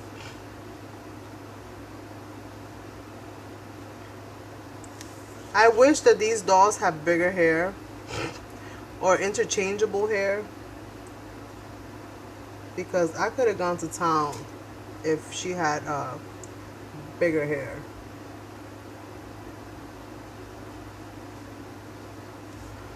But I'm kind of left with trying to make this work with such a small head.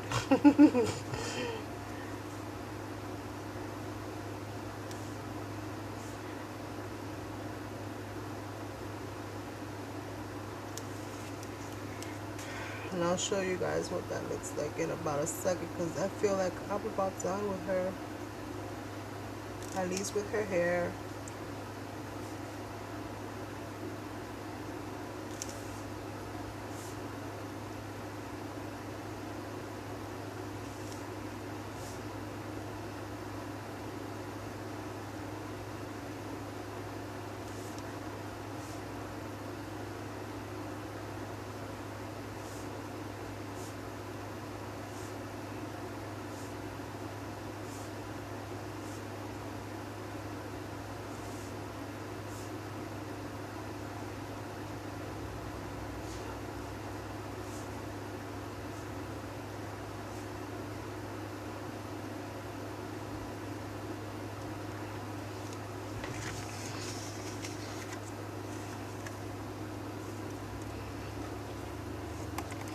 So let's see if you guys can see. Maybe black would be better.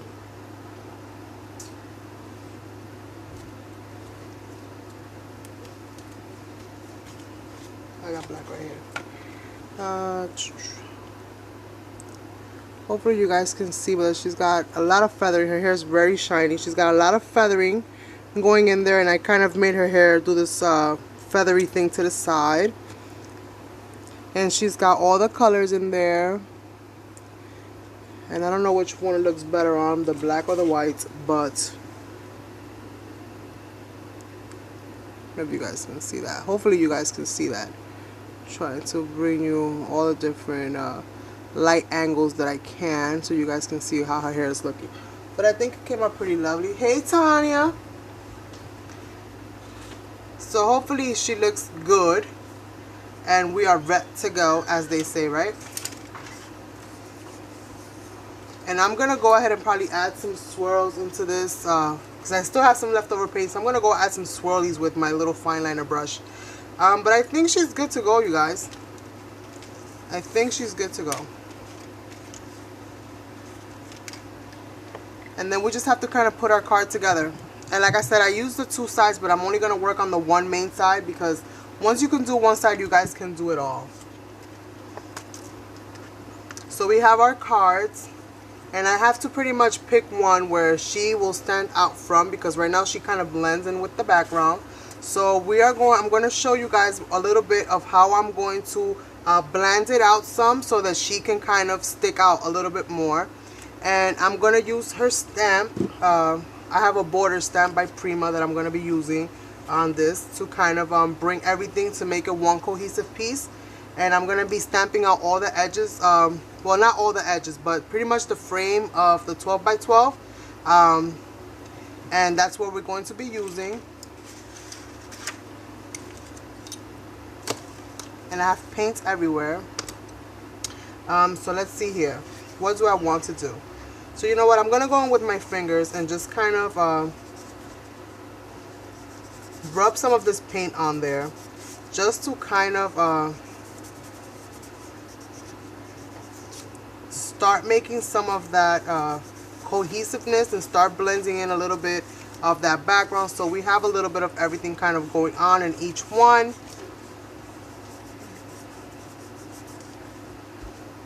And then we'll kind of arrange them as we, you know, as we see fit, as however we're kind of in the mood to arrange them. We'll start arranging it that way. So I'm just going to use up some of this and some of that, and then this is going to help me to kind of mute out a little bit of all this brightness, so that we kind of have it as one piece. You know, the whole 12 by 12 looks like, okay, this goes together.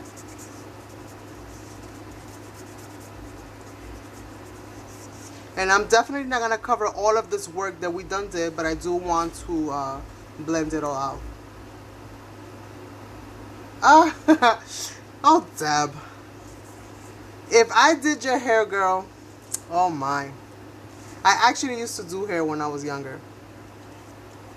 That's how I used to make my little bit of change. I used to do hair on the weekends so that I can go out. Otherwise, I couldn't go out because I didn't have no money. But that's what I used to do. So I used to kind of do all those crazy little styles that was out in the 90s, which I guess people still rock now, but people still use it now. But for the most part, that was how I used to make my little change. Hair was my first passion until my back started hurting. And then I gave it up. I was like, no. I don't mind doing one person's hair. But when it starts getting to like, no, I can't do that. God bless those people that can be there making other people beautiful for hours on end, because that is back-breaking work. Let me tell you. That is back-breaking work. So let's see here.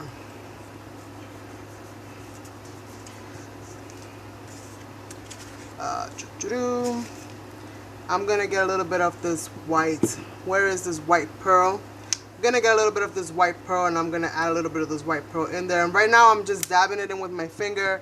I'm just kind of pushing and pulling certain areas where I want you know, lighter colors. That way when I put her down, she kind of sticks out, because otherwise she's not going to pop out as much as I want her to. Because of the way that I did her dress, it matches the background too much. I need a little bit of black. Where's that black at? So I'm just trying to find the good balance here between the black, the dark, and the light colors.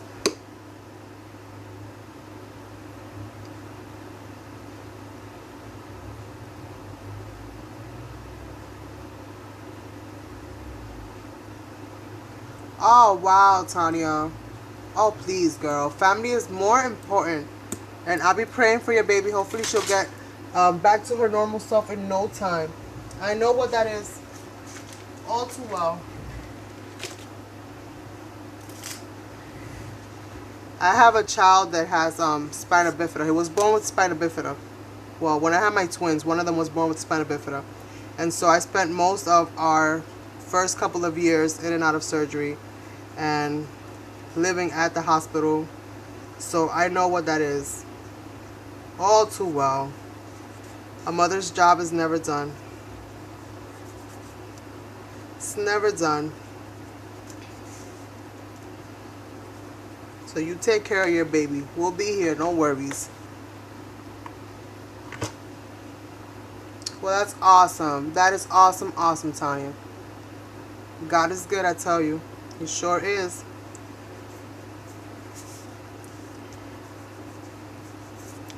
That is awesome news, girl.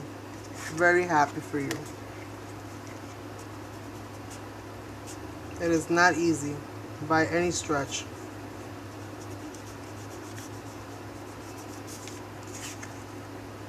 So my idea right now, as far as how I'm doing this, is I want to do like she's coming out of the smoke, out of like the fog, into like all these different lights. Almost like how, you know how the runways are, they have all these different lights kind of going this way and that way. So I'm thinking that she's kind of coming out of this fog or this darkness, if you will, and she's coming into the light, into all these beautiful kind of strobe lights. And I'm trying to figure out where exactly I'm going to place her. So wherever I end up placing her, I have to make it so that she pops out from that background. I'm not so much worried about the other ones and how she pops out of the other ones, but definitely where the card that she's going to be on has to have a certain level of brightness to it. So maybe I can break a little bit of this with some gold, with some champagne gold. So let me try this champagne gold and see if I can break just a little bit of this this space here.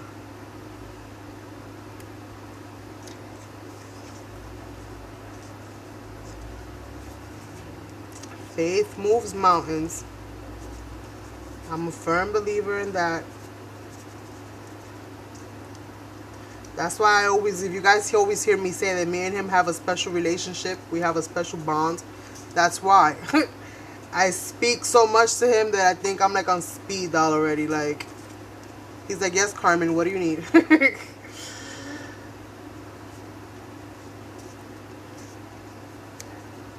So for the most part, girl, I feel you. I know what that is. I know what that is. So you don't worry about us over here. We'll be here whenever you get back.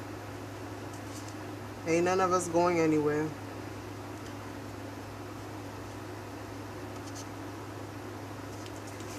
So let's see. I kind of muted it a little bit.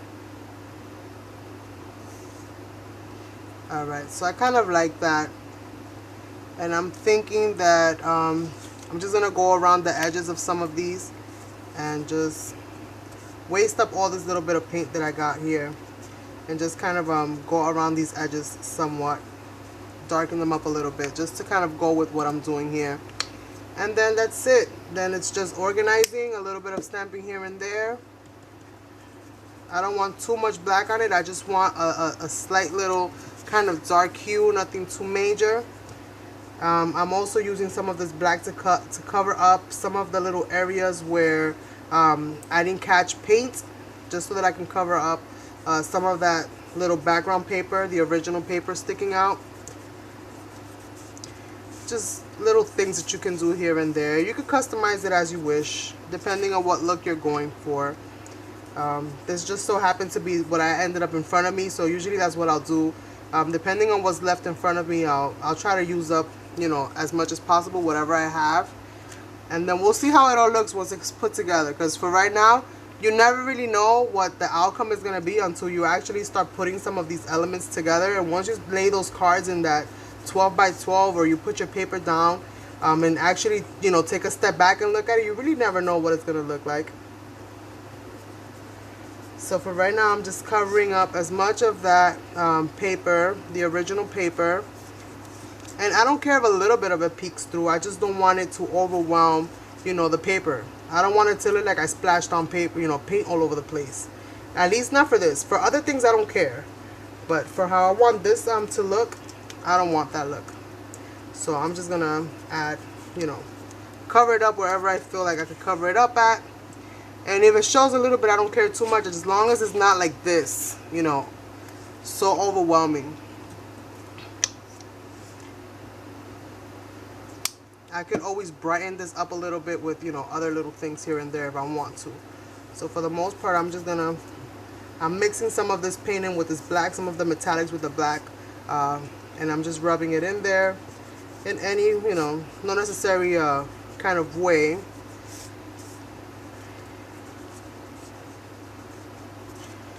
Kind of swirling it on there and seeing what happens. And I think we're almost done with this, and it'll be time to put this thing together.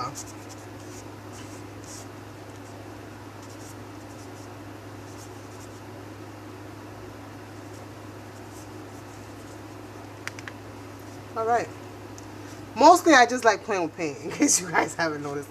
I'll literally look for any excuse to dip my finger to some paint. I just love it. Love it, love it, love it. So, we're almost there, you guys. Almost there. Just hang in with me for a little bit longer.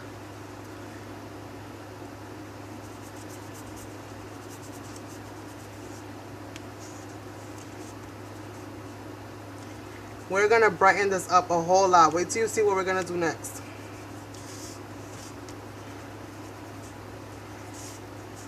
And this is why my live streams are not short as much as I want them, because I know I'm the one that'll be like, oh my god, that live stream is lasting forever. But my live streams are lasting forever too. So I kind of stopped complaining about other people's live stream lasting forever, because for the most part, now I see why. Once you get all up in the situation, it's kind of hard to pull yourself away. It really, really is. Especially once things start to click, forget about it. So this is what our cards are looking like now. This is like the next step up from what we did. So I'll show you guys what everything is. And then I'm going to go and grab some Q-tips. And we're going to be dipping some Q-tips into some paint. And we're going to be brightening this up a little bit. So that once we put her down, she's not lost in the sauce. Because that's the biggest thing of this, is that she's not lost in the sauce. So we have all of these awesome colors going on here. And now we're going to hook her up by dribbling some paint around. And I'm getting that going.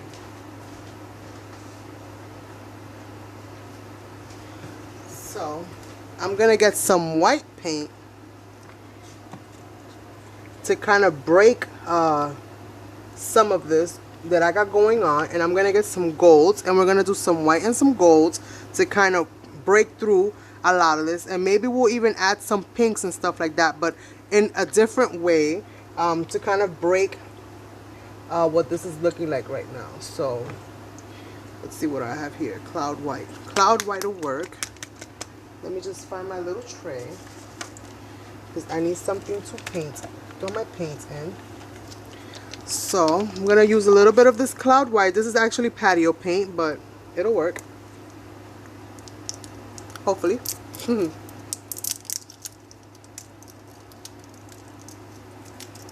Wow, Tanya, that's just... My son's surgery, when one of the surgeries that he had, he was in there for literally like 19 hours. He was maybe 11 years old. That was like a nightmare. Lucky for me, I had a nun that kind of found me in one of the rooms, just waiting, and obviously an emotional wreck. And she kind of held me down the whole time. So it's not easy.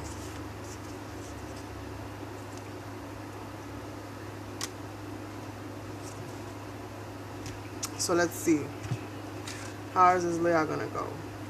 So depending on how your layout is gonna go, she's gonna be standing like this. Chances are she's gonna be standing.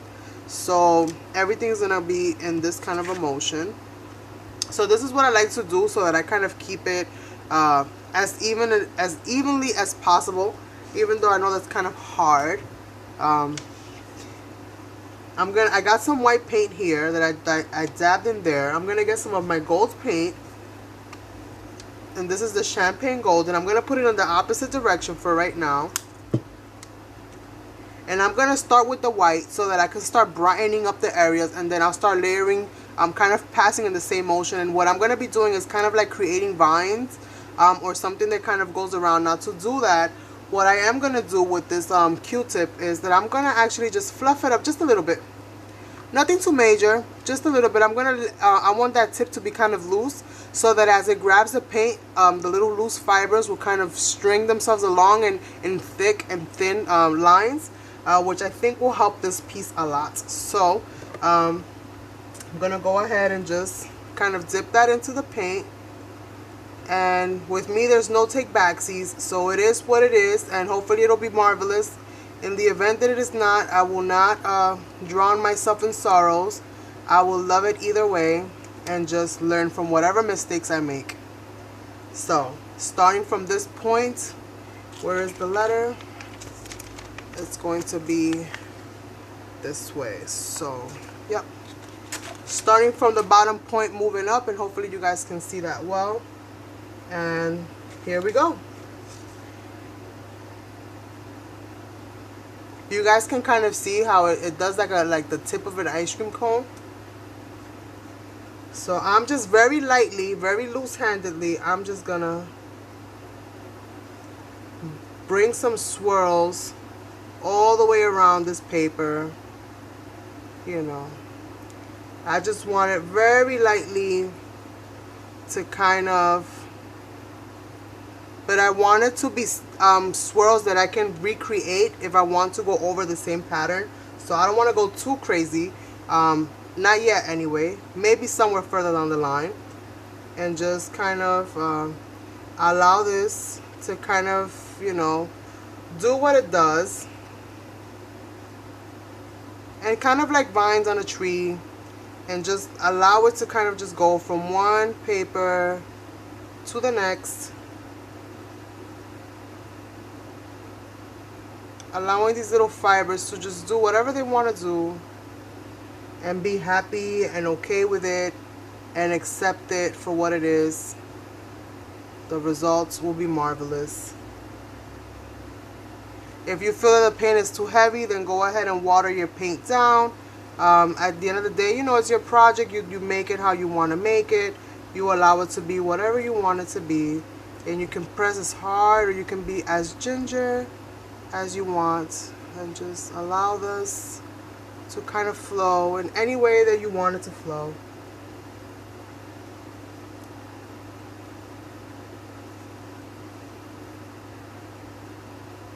In outer space. She's supposed to be in a fashion show. Not outer space, Tanya. I used purple. She's got purple in her dress. And this does kind of look like outer space, so I'll give you that much. But no.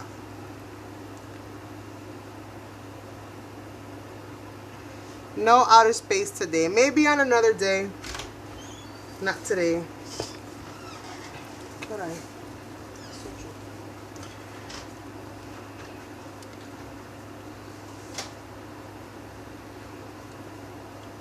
So this is kind of what happens once I start to get happy and I start, you know, playing with this whole process of just kind of being free with the paint and allowing the paint to just move any way that it wants to move. I am okay with however it comes out. So everything is okay with me. And I'm still not losing all of that background pattern that I have in there. I'm still being able to keep most of that work that I did, but at the same time allowing this to kind of break from how it was, so that when I put her down, she's not just lost now. You see the difference? Now she's not just lost in this background. Now there's stuff that's breaking this background apart, so she actually looks like, you know, she looks more dimensional now. She's not just stuck there. So I'm going to finish off a little bit more of this white, and then I'm going to start going in with the golds and the other colors to kind of, but I'm not going to go in with too many colors. I want this to just probably be golds and white. Maybe a little bit of purple, maybe not, because her skirt does have quite an amount of purple into it. So I want her to be able to stand out from this background. And if I start adding all the colors that I have in the background already, then we're pretty much right back where we started from. So for the most part, we do want to use colors that are more or less not really in the background, just so that it kind of allows it to break a little bit. And hopefully you guys are seeing this.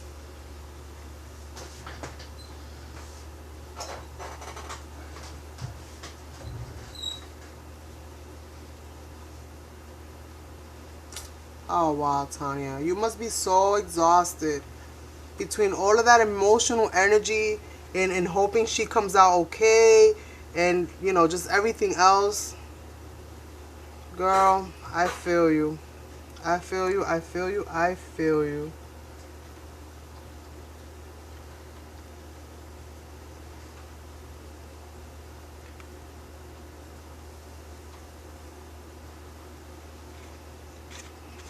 So now I'm going to go into this with the golds. I've done used up as much of this white as I possibly can. And now I'm just going to try to go over some of these lines that I have here with some of this gold. And allowing it, like I said, to break free of it. It's okay. A lot of it will kind of swirl into each other because some of the areas might still be wet. It's just fine with me. Now it's like a mop. You see how it's looking like a mop? I'm just allowing this to kind of just, because I don't want it to just be white. I wanted it to, you know, still have some substance and not just be, you know, just a white line there. So now it's looking more like a mop. So now I'm getting all different thicknesses, from the thickest to the lightest of lines.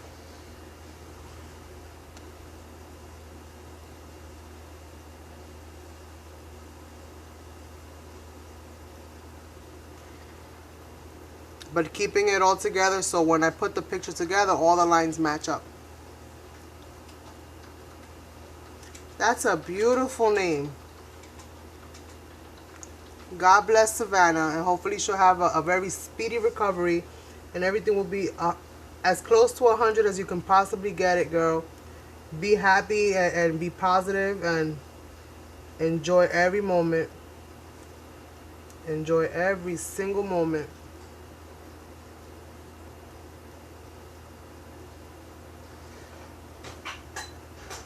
We're rooting for her, and we're rooting for you, girl.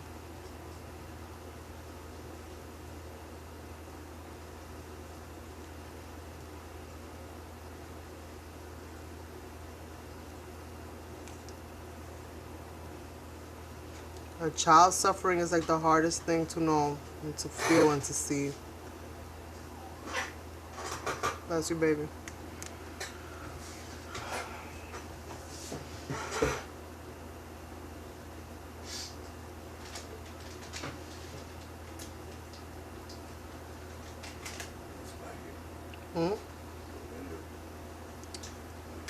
Chequea tú, because on mine it does that, and then everybody says it's fine, so I don't know.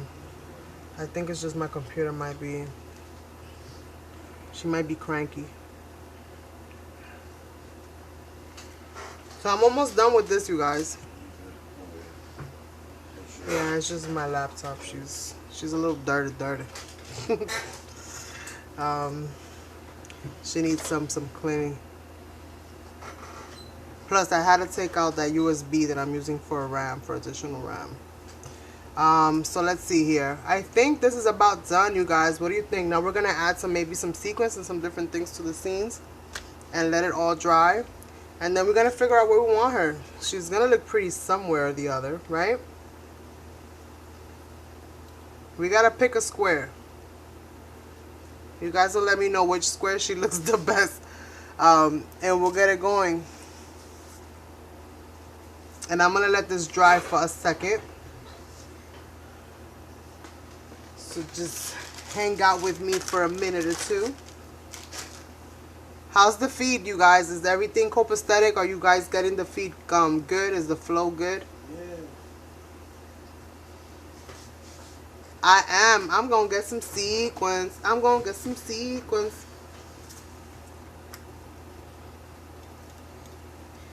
Because homegirl needs some bling.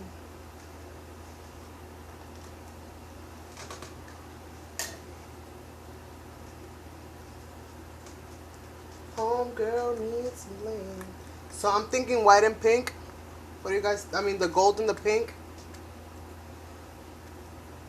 Or should I get like the turquoise? I do have some of the other colors. I have other colors if I can find them. They're in there. I just have to get them out.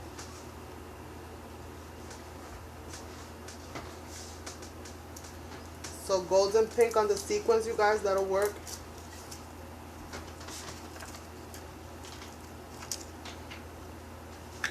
Just trying to pull out what I got. So we have this pretty gold and this pretty pretty pink. I just think it'll make everything look so lovely. So lovely. And we're gonna be adding some bling to her. So I'm just thinking that between this, that, and the third, and I gotta add some stamping in there too. Oh, wait a minute, you guys. We gotta add some stamping. Because it's not mixed media if we don't stamp. So we gotta do some stamping in here, you guys. How about some roses? I could add some roses in here. Let's see if you guys can see that. This is eBay stamps, you guys. $1. Hello. Or we could add some butterflies and some grasses. I have some borders. This is the Prima borders that I was talking about earlier. I wanted to add some of this, so I'm probably still going to add some of these borders to it. I have these pretty little bows. I like this one and I like that top one. So either the scalloped edge or the bows. One of those two we're going to probably be using. So I'm going to leave this out. And let's see what else we got.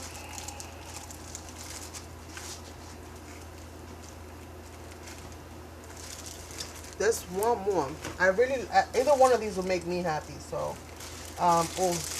we got some Francais ooh la la. So we can add some script to this. I have, no, I don't. I don't. So I'm gonna take whatever stuff was trying to come out back. Cause I gave it away. So I don't have it anymore. Let's see, let's see, let's see.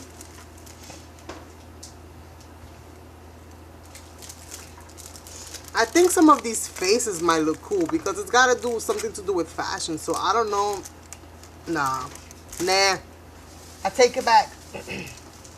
Me no like you. I'm just trying to see what else I find up in here. Let's see, let's see, let's see. I just have so much stuff when it comes to these stamps. All in one drawer because I have to keep all my stuff together or I end up losing half of it. Let me see. I'm thinking those are good. The ones that I picked out. I have this one, which is one that I've been using a lot lately. But I don't know if I like this one for this right now. So I'm going to leave this back. So I really like the flourishes on this one. And what I'm going to do is I'm gonna ink them. I'm not going to ink them. I'm going to stamp them with paint. So we're really going to get some texture out of that. And once I'm done with this, I'm going to run and wash it. So it doesn't dry in there. But I'm thinking those three. 1, 2, 3. Where's the other one? I have picked one more. Where's the other one? And the roses. We're going to get some roses in there. And I'm going to stamp some roses into the background. And I'm going to stamp some flourishes. What do you guys think? Hey, Janet. You back? So hopefully this is dry. Almost. Almost dry. We're almost there. When all else fails, rub-a-dub-dub, rub-a-dub-dub, rub-a-dub-dub. Pick up some of this excess paint. Let's see. Ah, Dios mío. We're almost there, you guys. We're almost there. I'm going to put most of this paint away because we're not going to need it right now. We're working basically right now with, wait a minute. What color should I do the roses? Hey, Tammy. How you doing, girl? So happy you could jump on in here today. What color should we do these roses so that they pop out? In white? No. I need help. Purple roses? No. What'll pop out? Pink? Pink roses, you guys? What about pink? I think pink will pop out nice. Not on all of them, because I'm not going to put roses everywhere. But especially like on some of these that are a little bit darker in some spots, I can definitely see like some roses. Some pink roses. So I don't know. I'm just giving this a little bit of time to dry, you guys. So you can chit chat amongst yourselves for a minute. I'm gonna go get myself a drink and I'm gonna come right back. So don't think I done ran away somewhere. I'm just letting this dry and I'm gonna wash my hands and I'm gonna go and come back. Because once I start fiddling with the glue and with the little sequins, I can't have all this stuff on my hands because it's not gonna allow me to stick the stuff down right. So chit chat for a second and I shall be right back.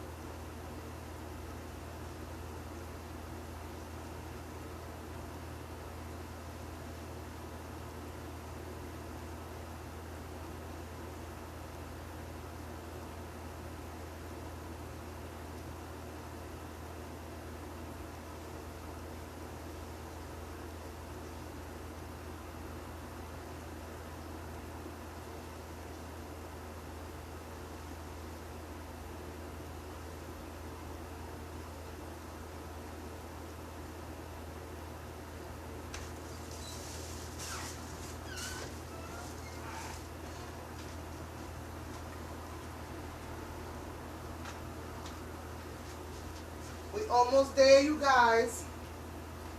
Almost.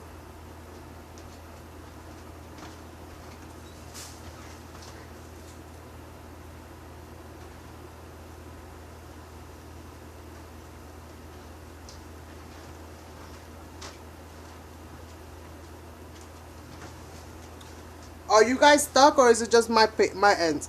My laptop keeps getting stuck, so I don't know. Hopefully you guys are still good. We're just going to leave this a second or two more. And I'm probably just going to skip the ones that are wet and start working with the ones that are dry.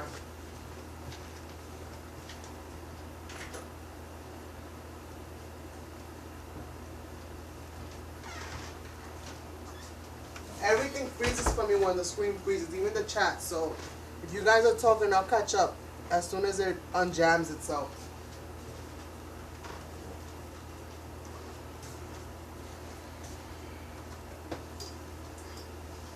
So hopefully it's all working well.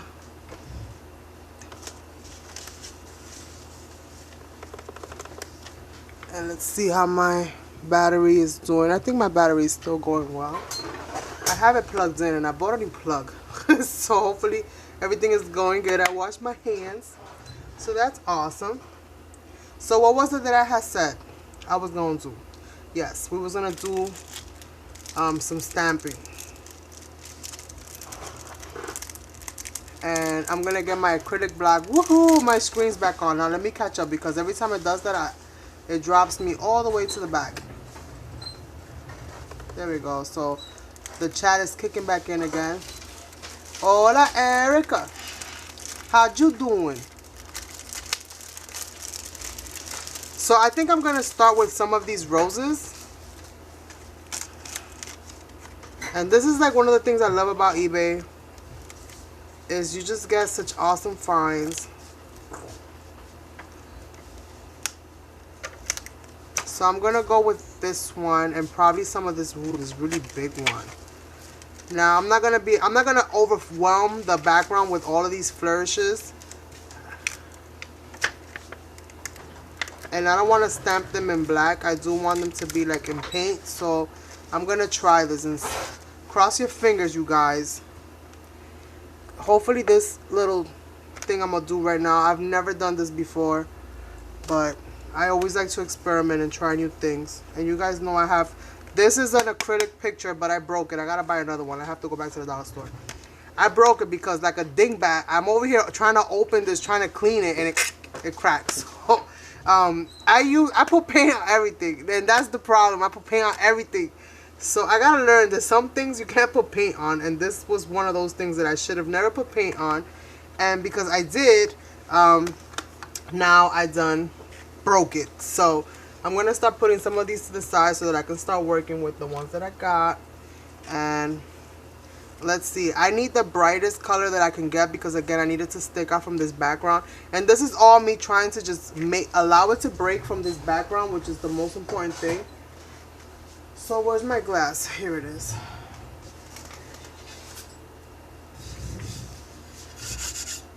So I got my glass here.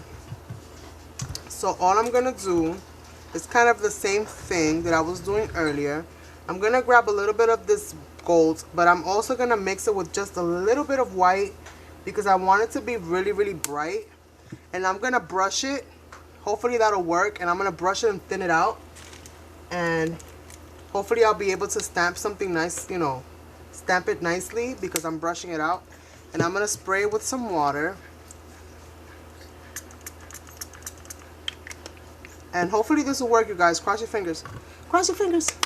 This is like the do or die moment now. So let's see. What do I need? I need a brush. I need a brush. It doesn't matter which brush. I just need this to be kind of thinned out. And hopefully you guys are seeing what I'm doing. And stay still. And I'm gonna add just a little bit more gold to that. And again, I'm just gonna thin it out.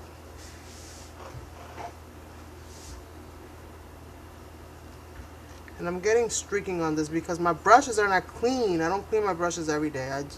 I'll soak them every now and then I'll clean it up that way. So let's try this one. And I lost the pattern of what I was, how I had the whole thing laid out. So we'll figure that out later. So I'm just gonna pick it up and fingers crossed, and we're just gonna, that's it. Just do it, Carmen, just do it. It is what it is. So it gives me a very light impression of a rose, which is pretty good. Pretty good. I'm not too worried about it. And I'm gonna do that again.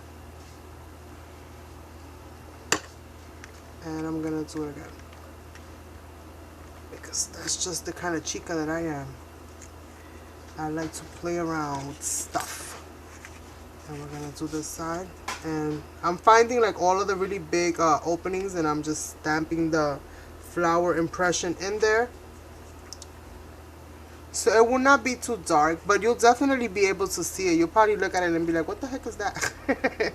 But we'll see what happens. Let me add some of this berry color that I have here. Not the purple. Where's the berry? I have a berry color here somewhere. Did I put it back? No, I did not. Maybe some of this turquoise then? Because I don't find the berry. I don't know what I did with the berry. Where's the berry? Berry, berry. There you are, berry. But the berry might not show too much. So let me just add it in here. And I'm just going to add a little bit because, again, this is not like what I was doing before. It is and it's not. I don't want it to be too thick. I really, really need this paint to kind of like really be thin so that it doesn't clog up my stamp.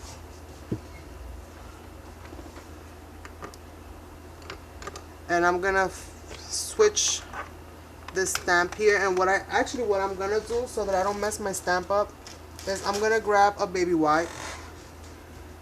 Okay, Michelle. I'm gonna grab a baby wipe and I'm gonna just sit it over here, and I'm gonna grab my little stamp here, and I'm just gonna sit it down face down in there. I'm gonna push it in there so that hopefully it stays nice and moist and the paint won't dry on it. It won't make my life too hard or too complicated when it's time for me to clean that out. And here I'm trying a different flower altogether, and let's see how this kind of looks. And let's try this one here, and hopefully this one will show a little bit better. And they're all kind of faint, so I'm not gonna waste too much time doing this. They're all kind of faint.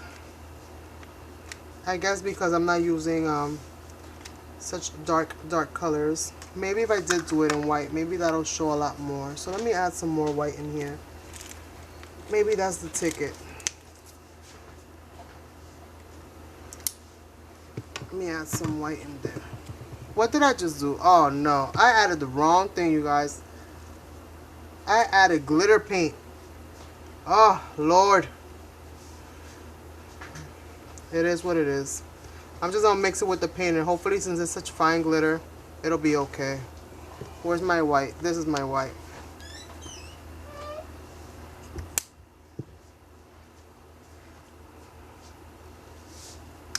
So now I got some of this berry color, some white, what is it? White cloud, and it's got glitter, the glitter thing in there too. So we'll see what happens. We'll see what happens. Oh, that shows a lot more. That shows a lot more. It's still very subtle, which I'm okay with that. It's still very subtle.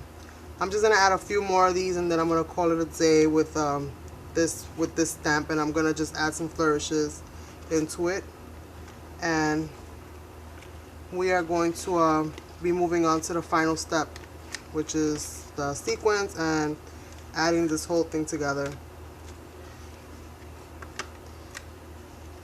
But if you guys can kind of see like how it's just very subtle in there, and I'm pretty much good with this one. So, well, the paint actually came up pretty well. I'm gonna just clean this off. I might have to soak this one. This one got a little bit more deeper with the paint, but I'm gonna leave that down there for now, just so that it stays wet. And let me grab my other stamp, which is this one, and I really like the little flourish here, so I'm just gonna stamp some of that flourish on here, just to start, you know, kind of marrying all these papers together some way, somehow.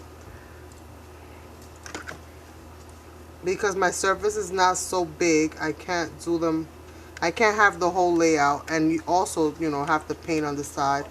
And I wanted you guys to kind of see how this whole thing, you know, was done as far as using paint to stamp your images.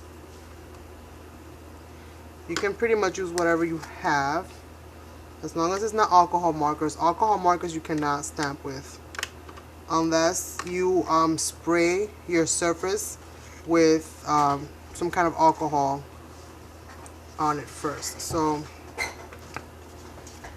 this is just all to kind of help me break through some of this background here, but at the same time keep it all that kind of, look how pretty that looks.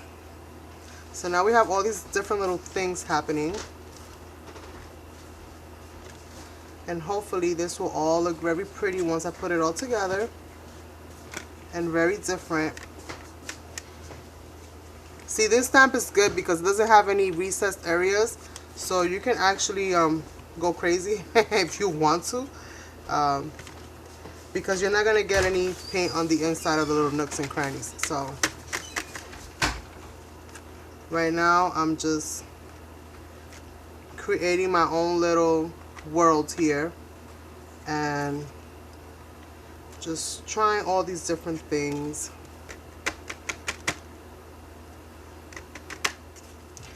Just trying all these different things here.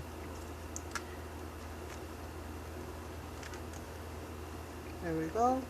I kind of like this. This is looking really, really pretty.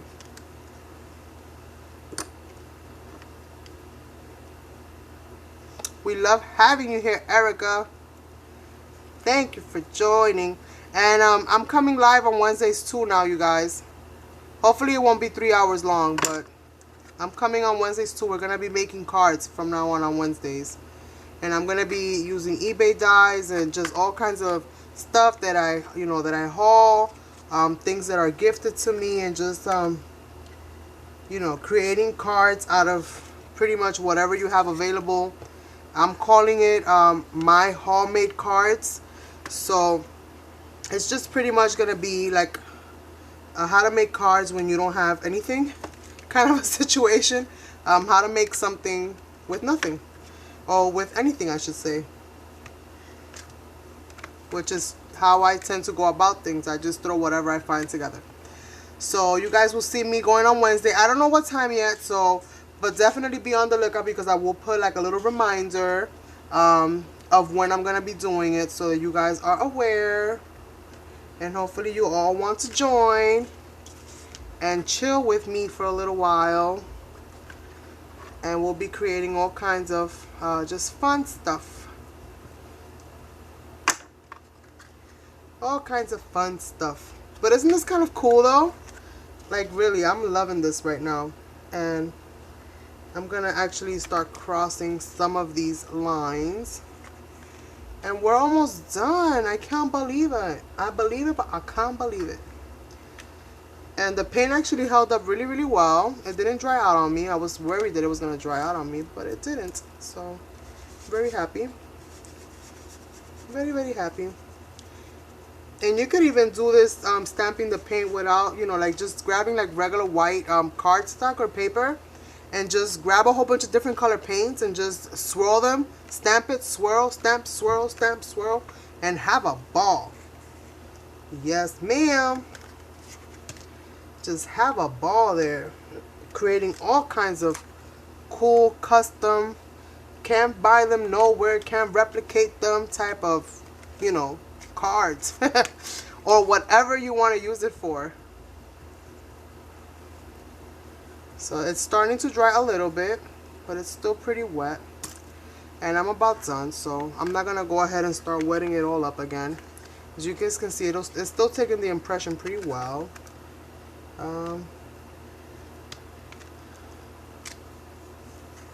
The problem with me is that once I start something, I don't know how to stop. I don't know if that happens to you guys, but I'm terrible. Once I start, I don't know how to stop, man. Once those juices start flowing, it's a wrap.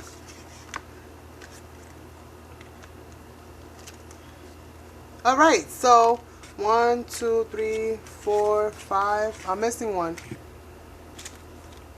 1, 2, 3. I'm missing one. I knew I was missing one. Hello, how'd you doing? Nice to meet you. Nice to meet you. I'm just gonna spray because I did forget one. So, little fine mist there never hurt nobody. So, let's get that in there and just kind of streak it out. And I got some paintbrush and washing to do. So here we go. I love it. I love it, love it, love it.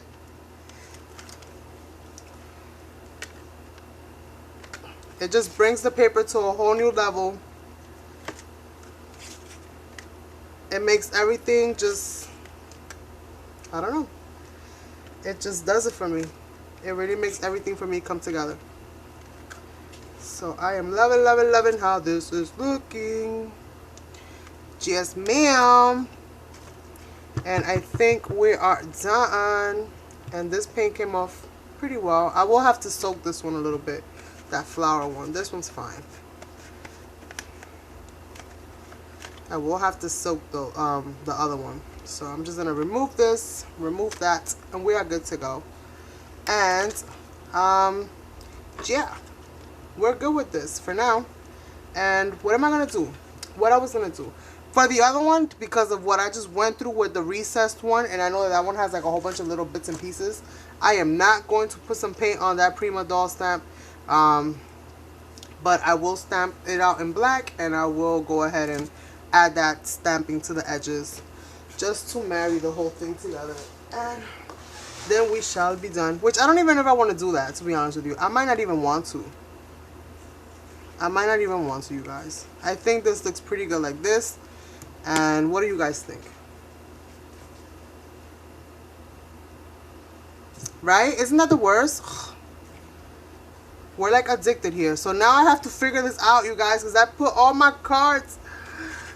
I messed up my pattern, which I guess is fine. But it's like a jigsaw puzzle now. So I don't know what to do.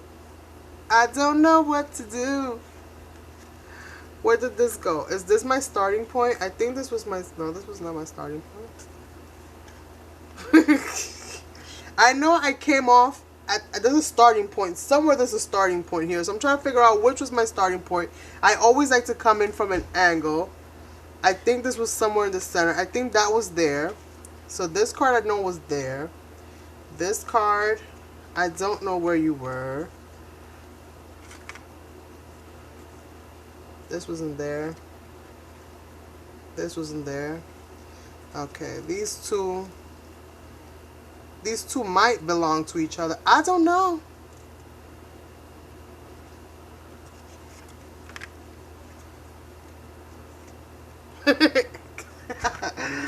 Oh my God. What did I do? So, you know what? It's fine. It's gonna go however it's gonna go. Okay? Okay? Okay? We're good. We are good to go. So, let's get this crack-a-lacking. So, I'm just gonna shade out all my little areas here. And just make sure that none of these little white lines are going to be showing through, because since we're going to be pretty much framing these out, if you will, I just want all the lines to be black. That's just my preference. You don't have to do it. It's completely up to you. This is just something I like to do. And I might as well put these markers to use. And I really did like how this came out. So I'm actually very pleased with it. Hopefully you guys like the process and like the result. and I will definitely give you guys a close-up of the cards, because once I put it in that pocket, that glare might not allow you guys to see it all the way through. And I'm going to show you the before, and then I'm going to add some sequins here and there just to give it a little bit of, you know, a little bit of pop. And you can feel free to add any, you know, little wording or phrases or little cute things. But it almost looks like an underwater kind of scene. It could also be kind of like an outer space scene, like Tanya mentioned, if she's in space. You can pretty much, you know, make it to suit your need. But I really do like how it looks. I think it's very unique. And I know that no matter how hard you try, you can replicate it. Yes, it did, right? It turned out like a puzzle. So I'm going to show you guys just the play-by-play of each one. And hopefully the glare is not too much, because you guys know that there is some metallic paints in here. And I'm sorry for whoever's watching this later on, because I do get those comments like, the glare was in my eyes. And I'm very, very sorry if the glare was in your eyes. It was not my intention. But I do want you to be able to see all the details, and unfortunately the only way to get you to see all the details sometimes is by me moving the pieces around, and the light will, the reflection might get you. So I do apologize for that. I don't know if I showed you this one already or not, but didn't they come out awesome? I love it.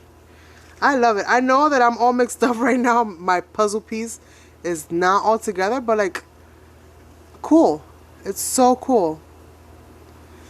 I love it. So, without further ado, time to add on some sequins and glue on our girl.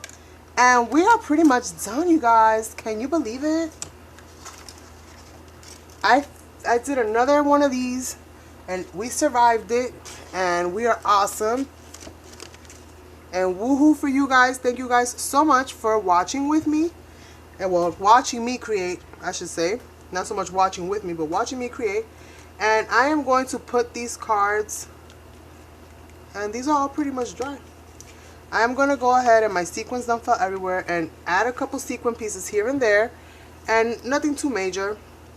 Just add a couple little dabs here and there, because I have no idea where I am going to be adding my girl yet. So you guys will tell me which background she looks best in, and we'll do it that way. And then I'll glue her into wherever you guys think that she looks the best in, and we'll keep it like that. And then the other cards that I didn't color or that I didn't paint on are going to be used for you know, covering up the back of the white, because you know we dirty them with paint and this and that. So I'm just gonna leave those nice and plain in the back and keep it moving, and just add little sequins here and there. Nothing too major, just cute little pieces of shine. And I love using sequins for this.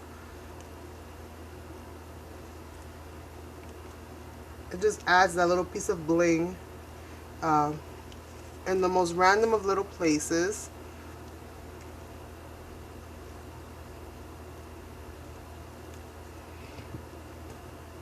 And I made a mess on my desk of sequins. But this is the kind of stuff that I like to do on my off time. And I know that I don't record a lot of the things that I do because it just takes so much time between editing. And to be honest with you guys, I've had so many issues with my computer to the point that it finally broke on me and I had to replace it. So I was kind of waiting for that. Finally it arrived, but I buy things that are used because I went to college for computers, so I know how to fix them. So I'm like, why invest money in buying something brand new and pay an exuberant amount of money when I can pretty much repair any kind of any kind of computer or laptop? So what I do is that I buy them used that are missing pieces, or they have a certain defect here, there, or wherever, and I'll repair the defect. I'll repair the thing, and I'll pay $20 or $30 for the laptop. Which in my case, I got the laptop that I got. I paid like $40 for it. It had a few things that were wrong with it, so I had to kind of get all of those things going, and finally I did. So now I'm able to hopefully get myself back into gear and start recording more videos. The only thing is that the software that I was using is the one that comes with the computer, which is the Windows, the Movie Maker. And unfortunately, I guess in the new release that Windows did in their genius, they decided that that was not something that they needed to keep the way that it used to be. So I hate the new version now. I cannot stand it. It does not allow me to do the things I was doing before. So I had to find myself another program, which I did. Another free program. I'm using VideoPad. I'm sure a lot of you guys have heard of it or are familiar with it.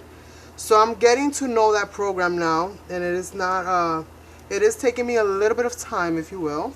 So in the meanwhile, hey Sherry, I haven't been able to do like a lot of the other videos that I normally do because of the editing, and just, I'm still trying to figure that program out, to be honest with you guys. So hopefully I'll be, you know, in there in no time.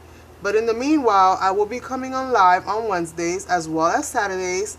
And hopefully you guys will catch me then.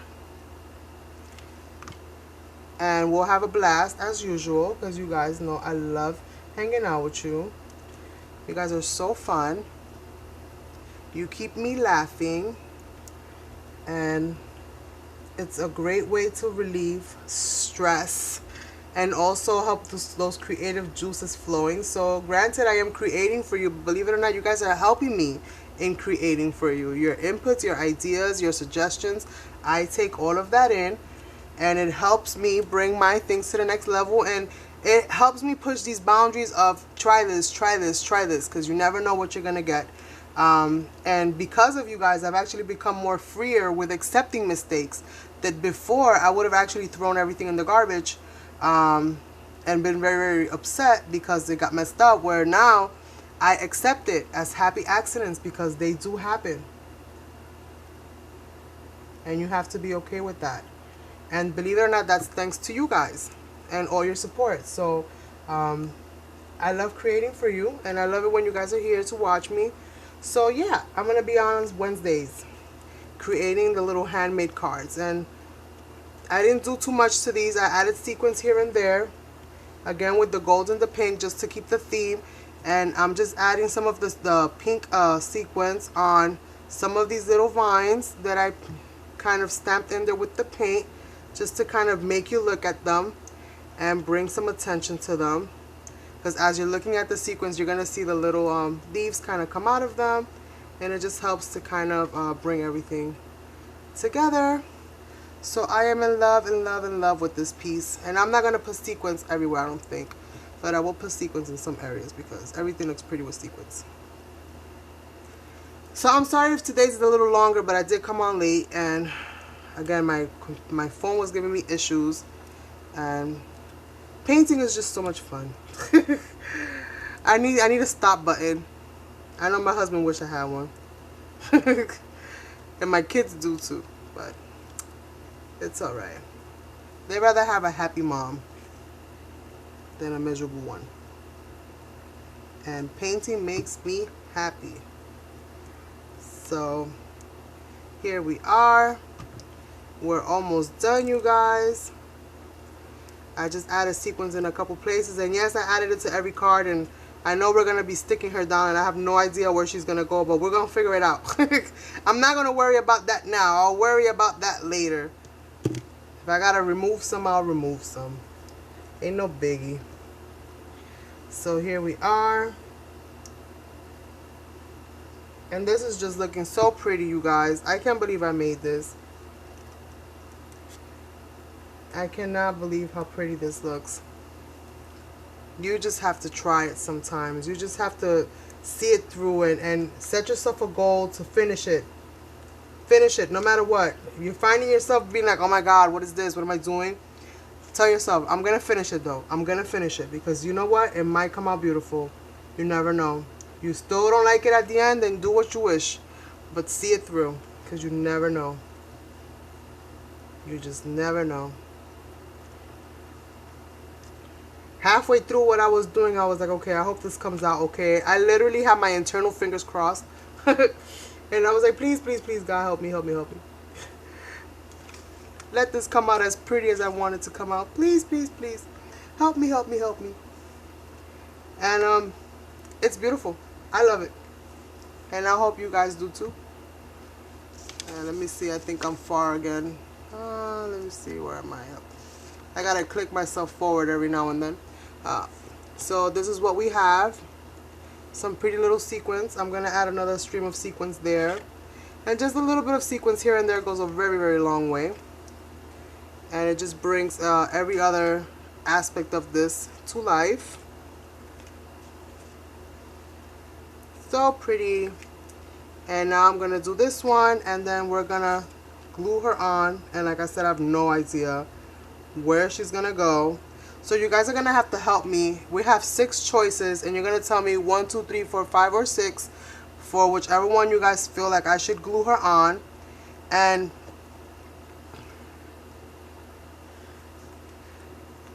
we're going to call this a day, you guys, and then I think I'll be done.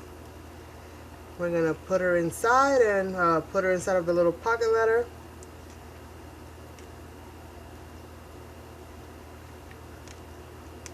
I'm going to add some, probably some pink washi to this, and she'll be good to go. So, here we go. So this is her, as you guys know, and will she go good in number 1?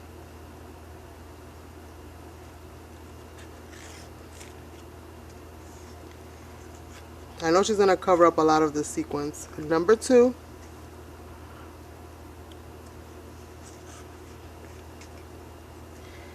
But again, this is what happens when you don't plan things. In number 3.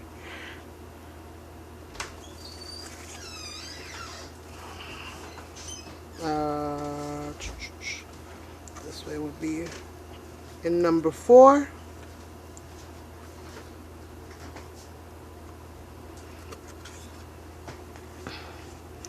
In number 5.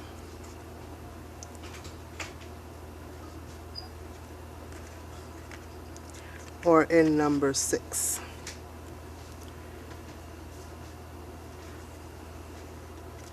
You guys let me know. Thank you. Yes, Brandy, we're almost done. Well, we are done. Now I just have to glue her in there, and we're pretty much good to go. So you made it for the finale. So what do you guys think? 1, 2, 3, 4, 5, or 6?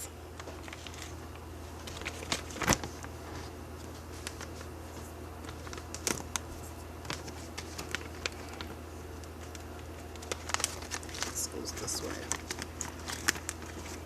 And she's gonna be standing, the little holes are actually gonna be in the bottom, so this is gonna be the bottom of the, and she's gonna stand up like that. So thank you, Patricia. Number 3 and number 4. So 1, 2, 3, and 4. So between these two, so I'm gonna show you guys one more time, and you tell me where the heck did I put her. I lost her. Oh no, she's right here. So number 3,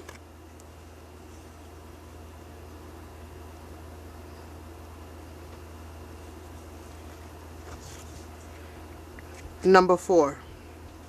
Number 4 can be this way too.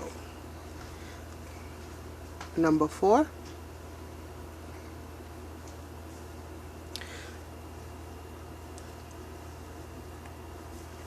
Three and 6. You guys are gonna drive me crazy. 3 and 6. This is number 6. So we have 3, 4, and 6, you guys. One of those 3. 3, 4, and 6, you guys. What do you think?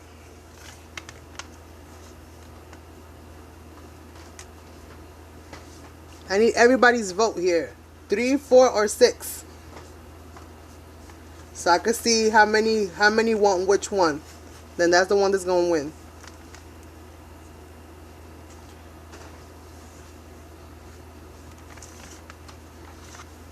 So far I got 3 and 6. I need more votes. Patricia, you said 5. That's this one here. I don't know which one to choose. Should I just leave her loose and let them pick? This was actually given to me by New York Freestyle Nails and Glitz, who's in the room with you guys right now. She gave me 2 of them, and I was gonna use them for storage, but I wanted to make a pocket letter, so I did that instead. And she got these, so I don't know where she got these from. So I got a lot of 6s. I got 1, 2, 3, 4. 1, 2, 3. Oh boy, it's really hard between that 3 and that 6, you guys. Wow. It's really hard between that 3 and that 6 right there.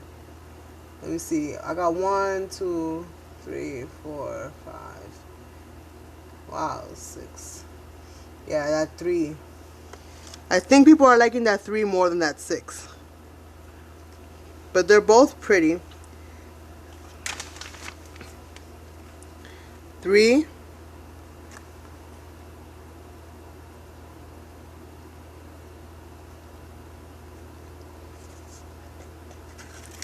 And 6. I think I like 6 because she's got the pink kind of coming up and then the gold kind of coming down. So I think I'm gonna go with this one, you guys, with number 6. She's got that. This one's nice too. Oh my god, it's so difficult. I think I'm gonna go with 6. I think 6 is the key, you guys. So we're gonna do that. I'm gonna go with 6.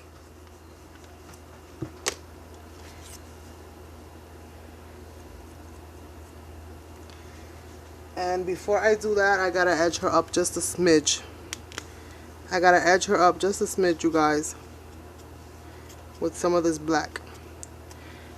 I'm not gonna do her arms or her legs, but I am gonna do the skirt.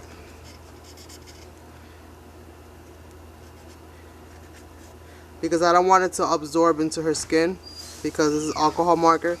So I'm not gonna do her arms or her face. I'll just do the clothes and let the clothes kind of pop out. There we go. Yep, that'll do it. That'll do it. All right, you guys, that's it. The point of no return here.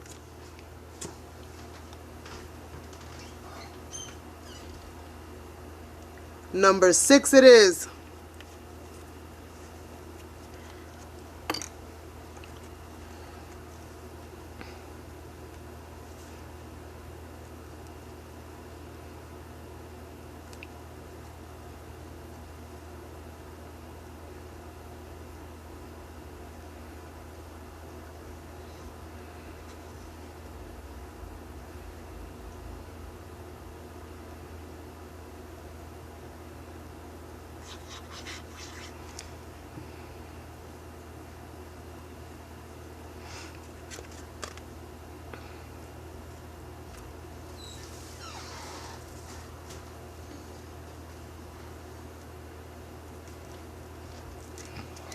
And she fit perfectly.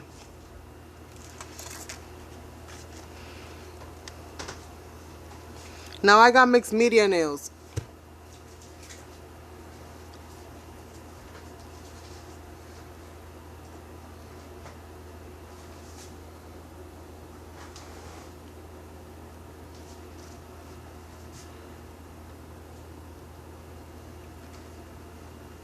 Make her more edgy.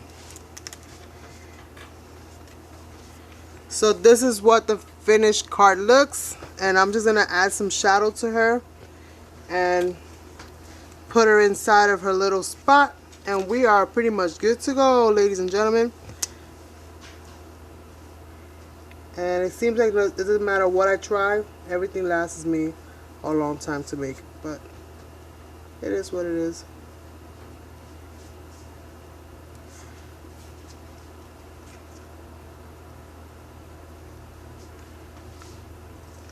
So I'm just kind of tracing her out a little bit, just so that she kind of pops out a little bit from that background.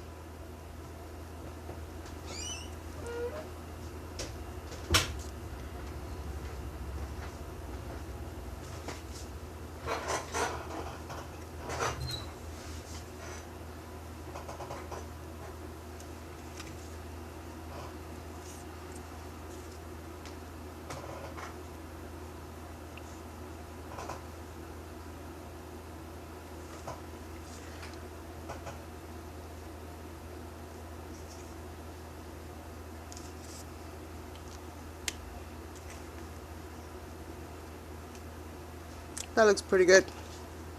I'm happy there. Let's put her inside.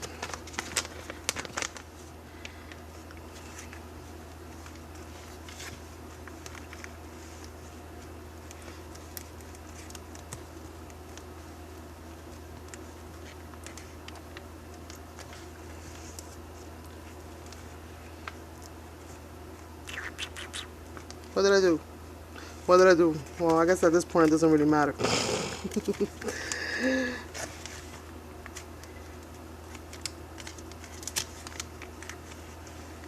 get the completed letter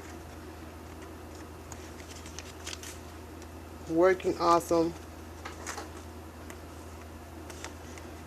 Make sure you don't snag your sequins on the way in.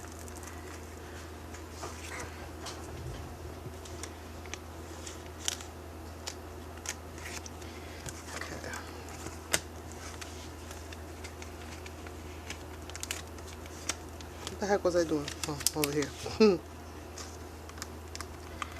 Let's see how all of this is looking.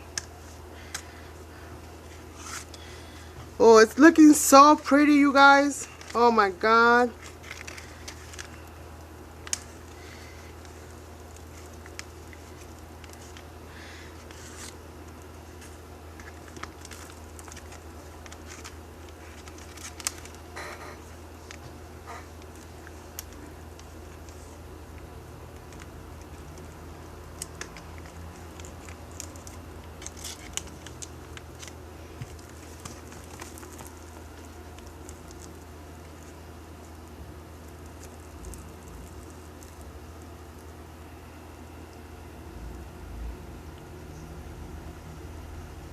Hopefully there's not too much glare. I'm trying to stand back as much as I can so that the glare is not too bad.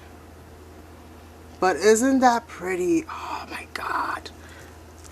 It's even better than the last one that I made, which I know I shouldn't say because somebody's going to see that. But I love this one. It looks so pretty. Oh my God, I'm so excited. I'm so excited.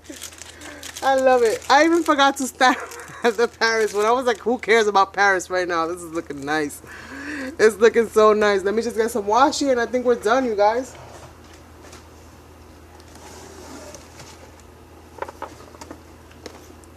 I got some pink that'll match perfectly. Even though I'm not a big fan of the washi tape process, because I just don't feel like washi ever lasts stuck on. I received pocket letters and all kinds of things with washi tape, and the washi tape for some reason always peels right off within like the first couple of days, or the minute I try to put it from one place to another place. So I usually use double-sided tape whenever I add washi, just to give it that longevity. And you could even add different things on here if you wanted to make it a little bit more snazzier. But I love it. With a nice quote somewhere in here. I mean, beautiful. So I'm just going to double-side tape this. And now you guys know how you can go about creating your own beautiful paper. Granted, it's a little bit of work. Yes. I won't take that away from it. I mean, between layering this, that, and the third, and mixing this paint and that paint. But it's a fun process. And you'll get a lot of satisfaction out of it. Especially when your piece comes out looking beautiful and you know you made it all yourself and all the little happy accidents happen. You'll be ecstatic like I feel right now. Because I am in love, in love, in love with this.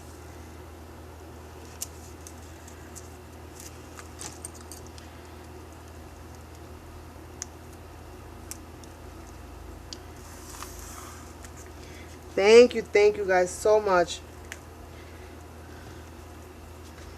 I mean, oh my god, I just can't, I see it and I can't believe it. It's so nice. And you can actually, you know, do some washing on all sides if you want to make it like a frame, and then add a little thing, and then you can hang it on the wall. You know, you could do anything you want with these kinds of things. These are big enough that you can, you know, really turn them into a work of art. You can hang them on the wall. You can make them, you know, like that. So I kind of like this. Not kind of, I really like it. So I don't know what's gonna happen, because I know somebody's supposed to be receiving this, and I don't know if it's gonna go in the mail. So I'm glad I didn't say who, because they might not get it. I don't know. This is so bad. Oh my god. But anyways, I want to thank you guys so much, as usual, for watching, for being a part of this whole process, for your opinions, your feedback, just suggestions. As usual, you help me bring things to the next level, and I couldn't do it without you. I know this is probably missing a few more pieces, but I am so satisfied right now with just the way that it looks in general. I am super happy and super in love, and she looks like the queen of the universe, and I'm just thrilled. So I want to thank you guys as usual for watching, for being a part of it. Hopefully you give this video a thumbs up if you guys are here, and the ones that are watching later on, I hope you also give it a thumbs up and you like it. I know it's a lengthy process. Feel free to fast forward and, you know, move through the process if you will. Any questions, feedback, or thoughts, leave them in the description down below. Keep your rude comments to yourself. All we do here. So at the end of the day, thank you guys so much, and I will see you Wednesday, so mark it down. We're making my haul made cards, HAUL. So I'll catch you guys then. Bye for now.